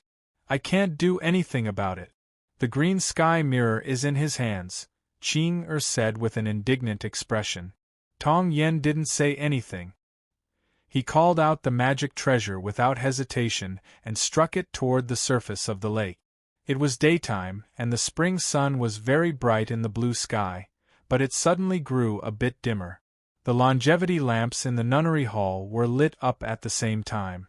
They formed a strong formation based on the secret connection between them. There was a loud bang. The magic treasure flew back. Tong Yen realized by now that the lantern formation of Shueyu Nunnery was used to deal with him in addition to blocking the cold intent from the Shuejiai. The sword of the universe let out a faint buzzing sound, and the fine lines on the surface of the lake grew denser. Tong Yen exclaimed to Jingjiu, "You've really snatched it from me?" "I won the bet with the unicorn in the Guoqing temple," said Jingjiu. "I should have used the green sky mirror for a while. You can cultivate here. I'll give it back to you when you're ready to go to the West Ocean." Tong Yen furrowed her brows, wondering how he knew she was going to the West Ocean. She asked, "She will be discovered. What will you do then?" The Snow Girl's bloodline was too powerful, and the cold intent in her body could shake heaven and earth. It was impossible for a quilt to cover her. "I'm leaving," said Jingjiu. The longevity lamps on the trees around the snowy lake started swaying. It was unclear what the Snow Girl had done. Hundreds of sword wills came out from the sword of the universe. As the Snow Girl's awareness dropped down, they wrapped around the quilt like invisible rope. This was the inherited heaven sword style. The cold intent in the snow girl's body was locked tightly, no longer leaking out. At the moment, she looked like a little girl who had forgotten to add firewood to her house and was afraid of the cold, and wrapped herself tightly in the quilt on the Kong during the new year. The young masterly left the nunnery hall and headed toward the outside of the mountain. It didn't take long for him to arrive at the intersection of two streams. There was a pond here, with many lotus flowers growing in it. It was spring, and the lotus flowers had just experienced a dreadful late spring cold. As such, there were no new lotus branches sprouting, save for the leftover leaves of the previous year. It looked rather gloomy. Standing by the lotus pond, he remained silent.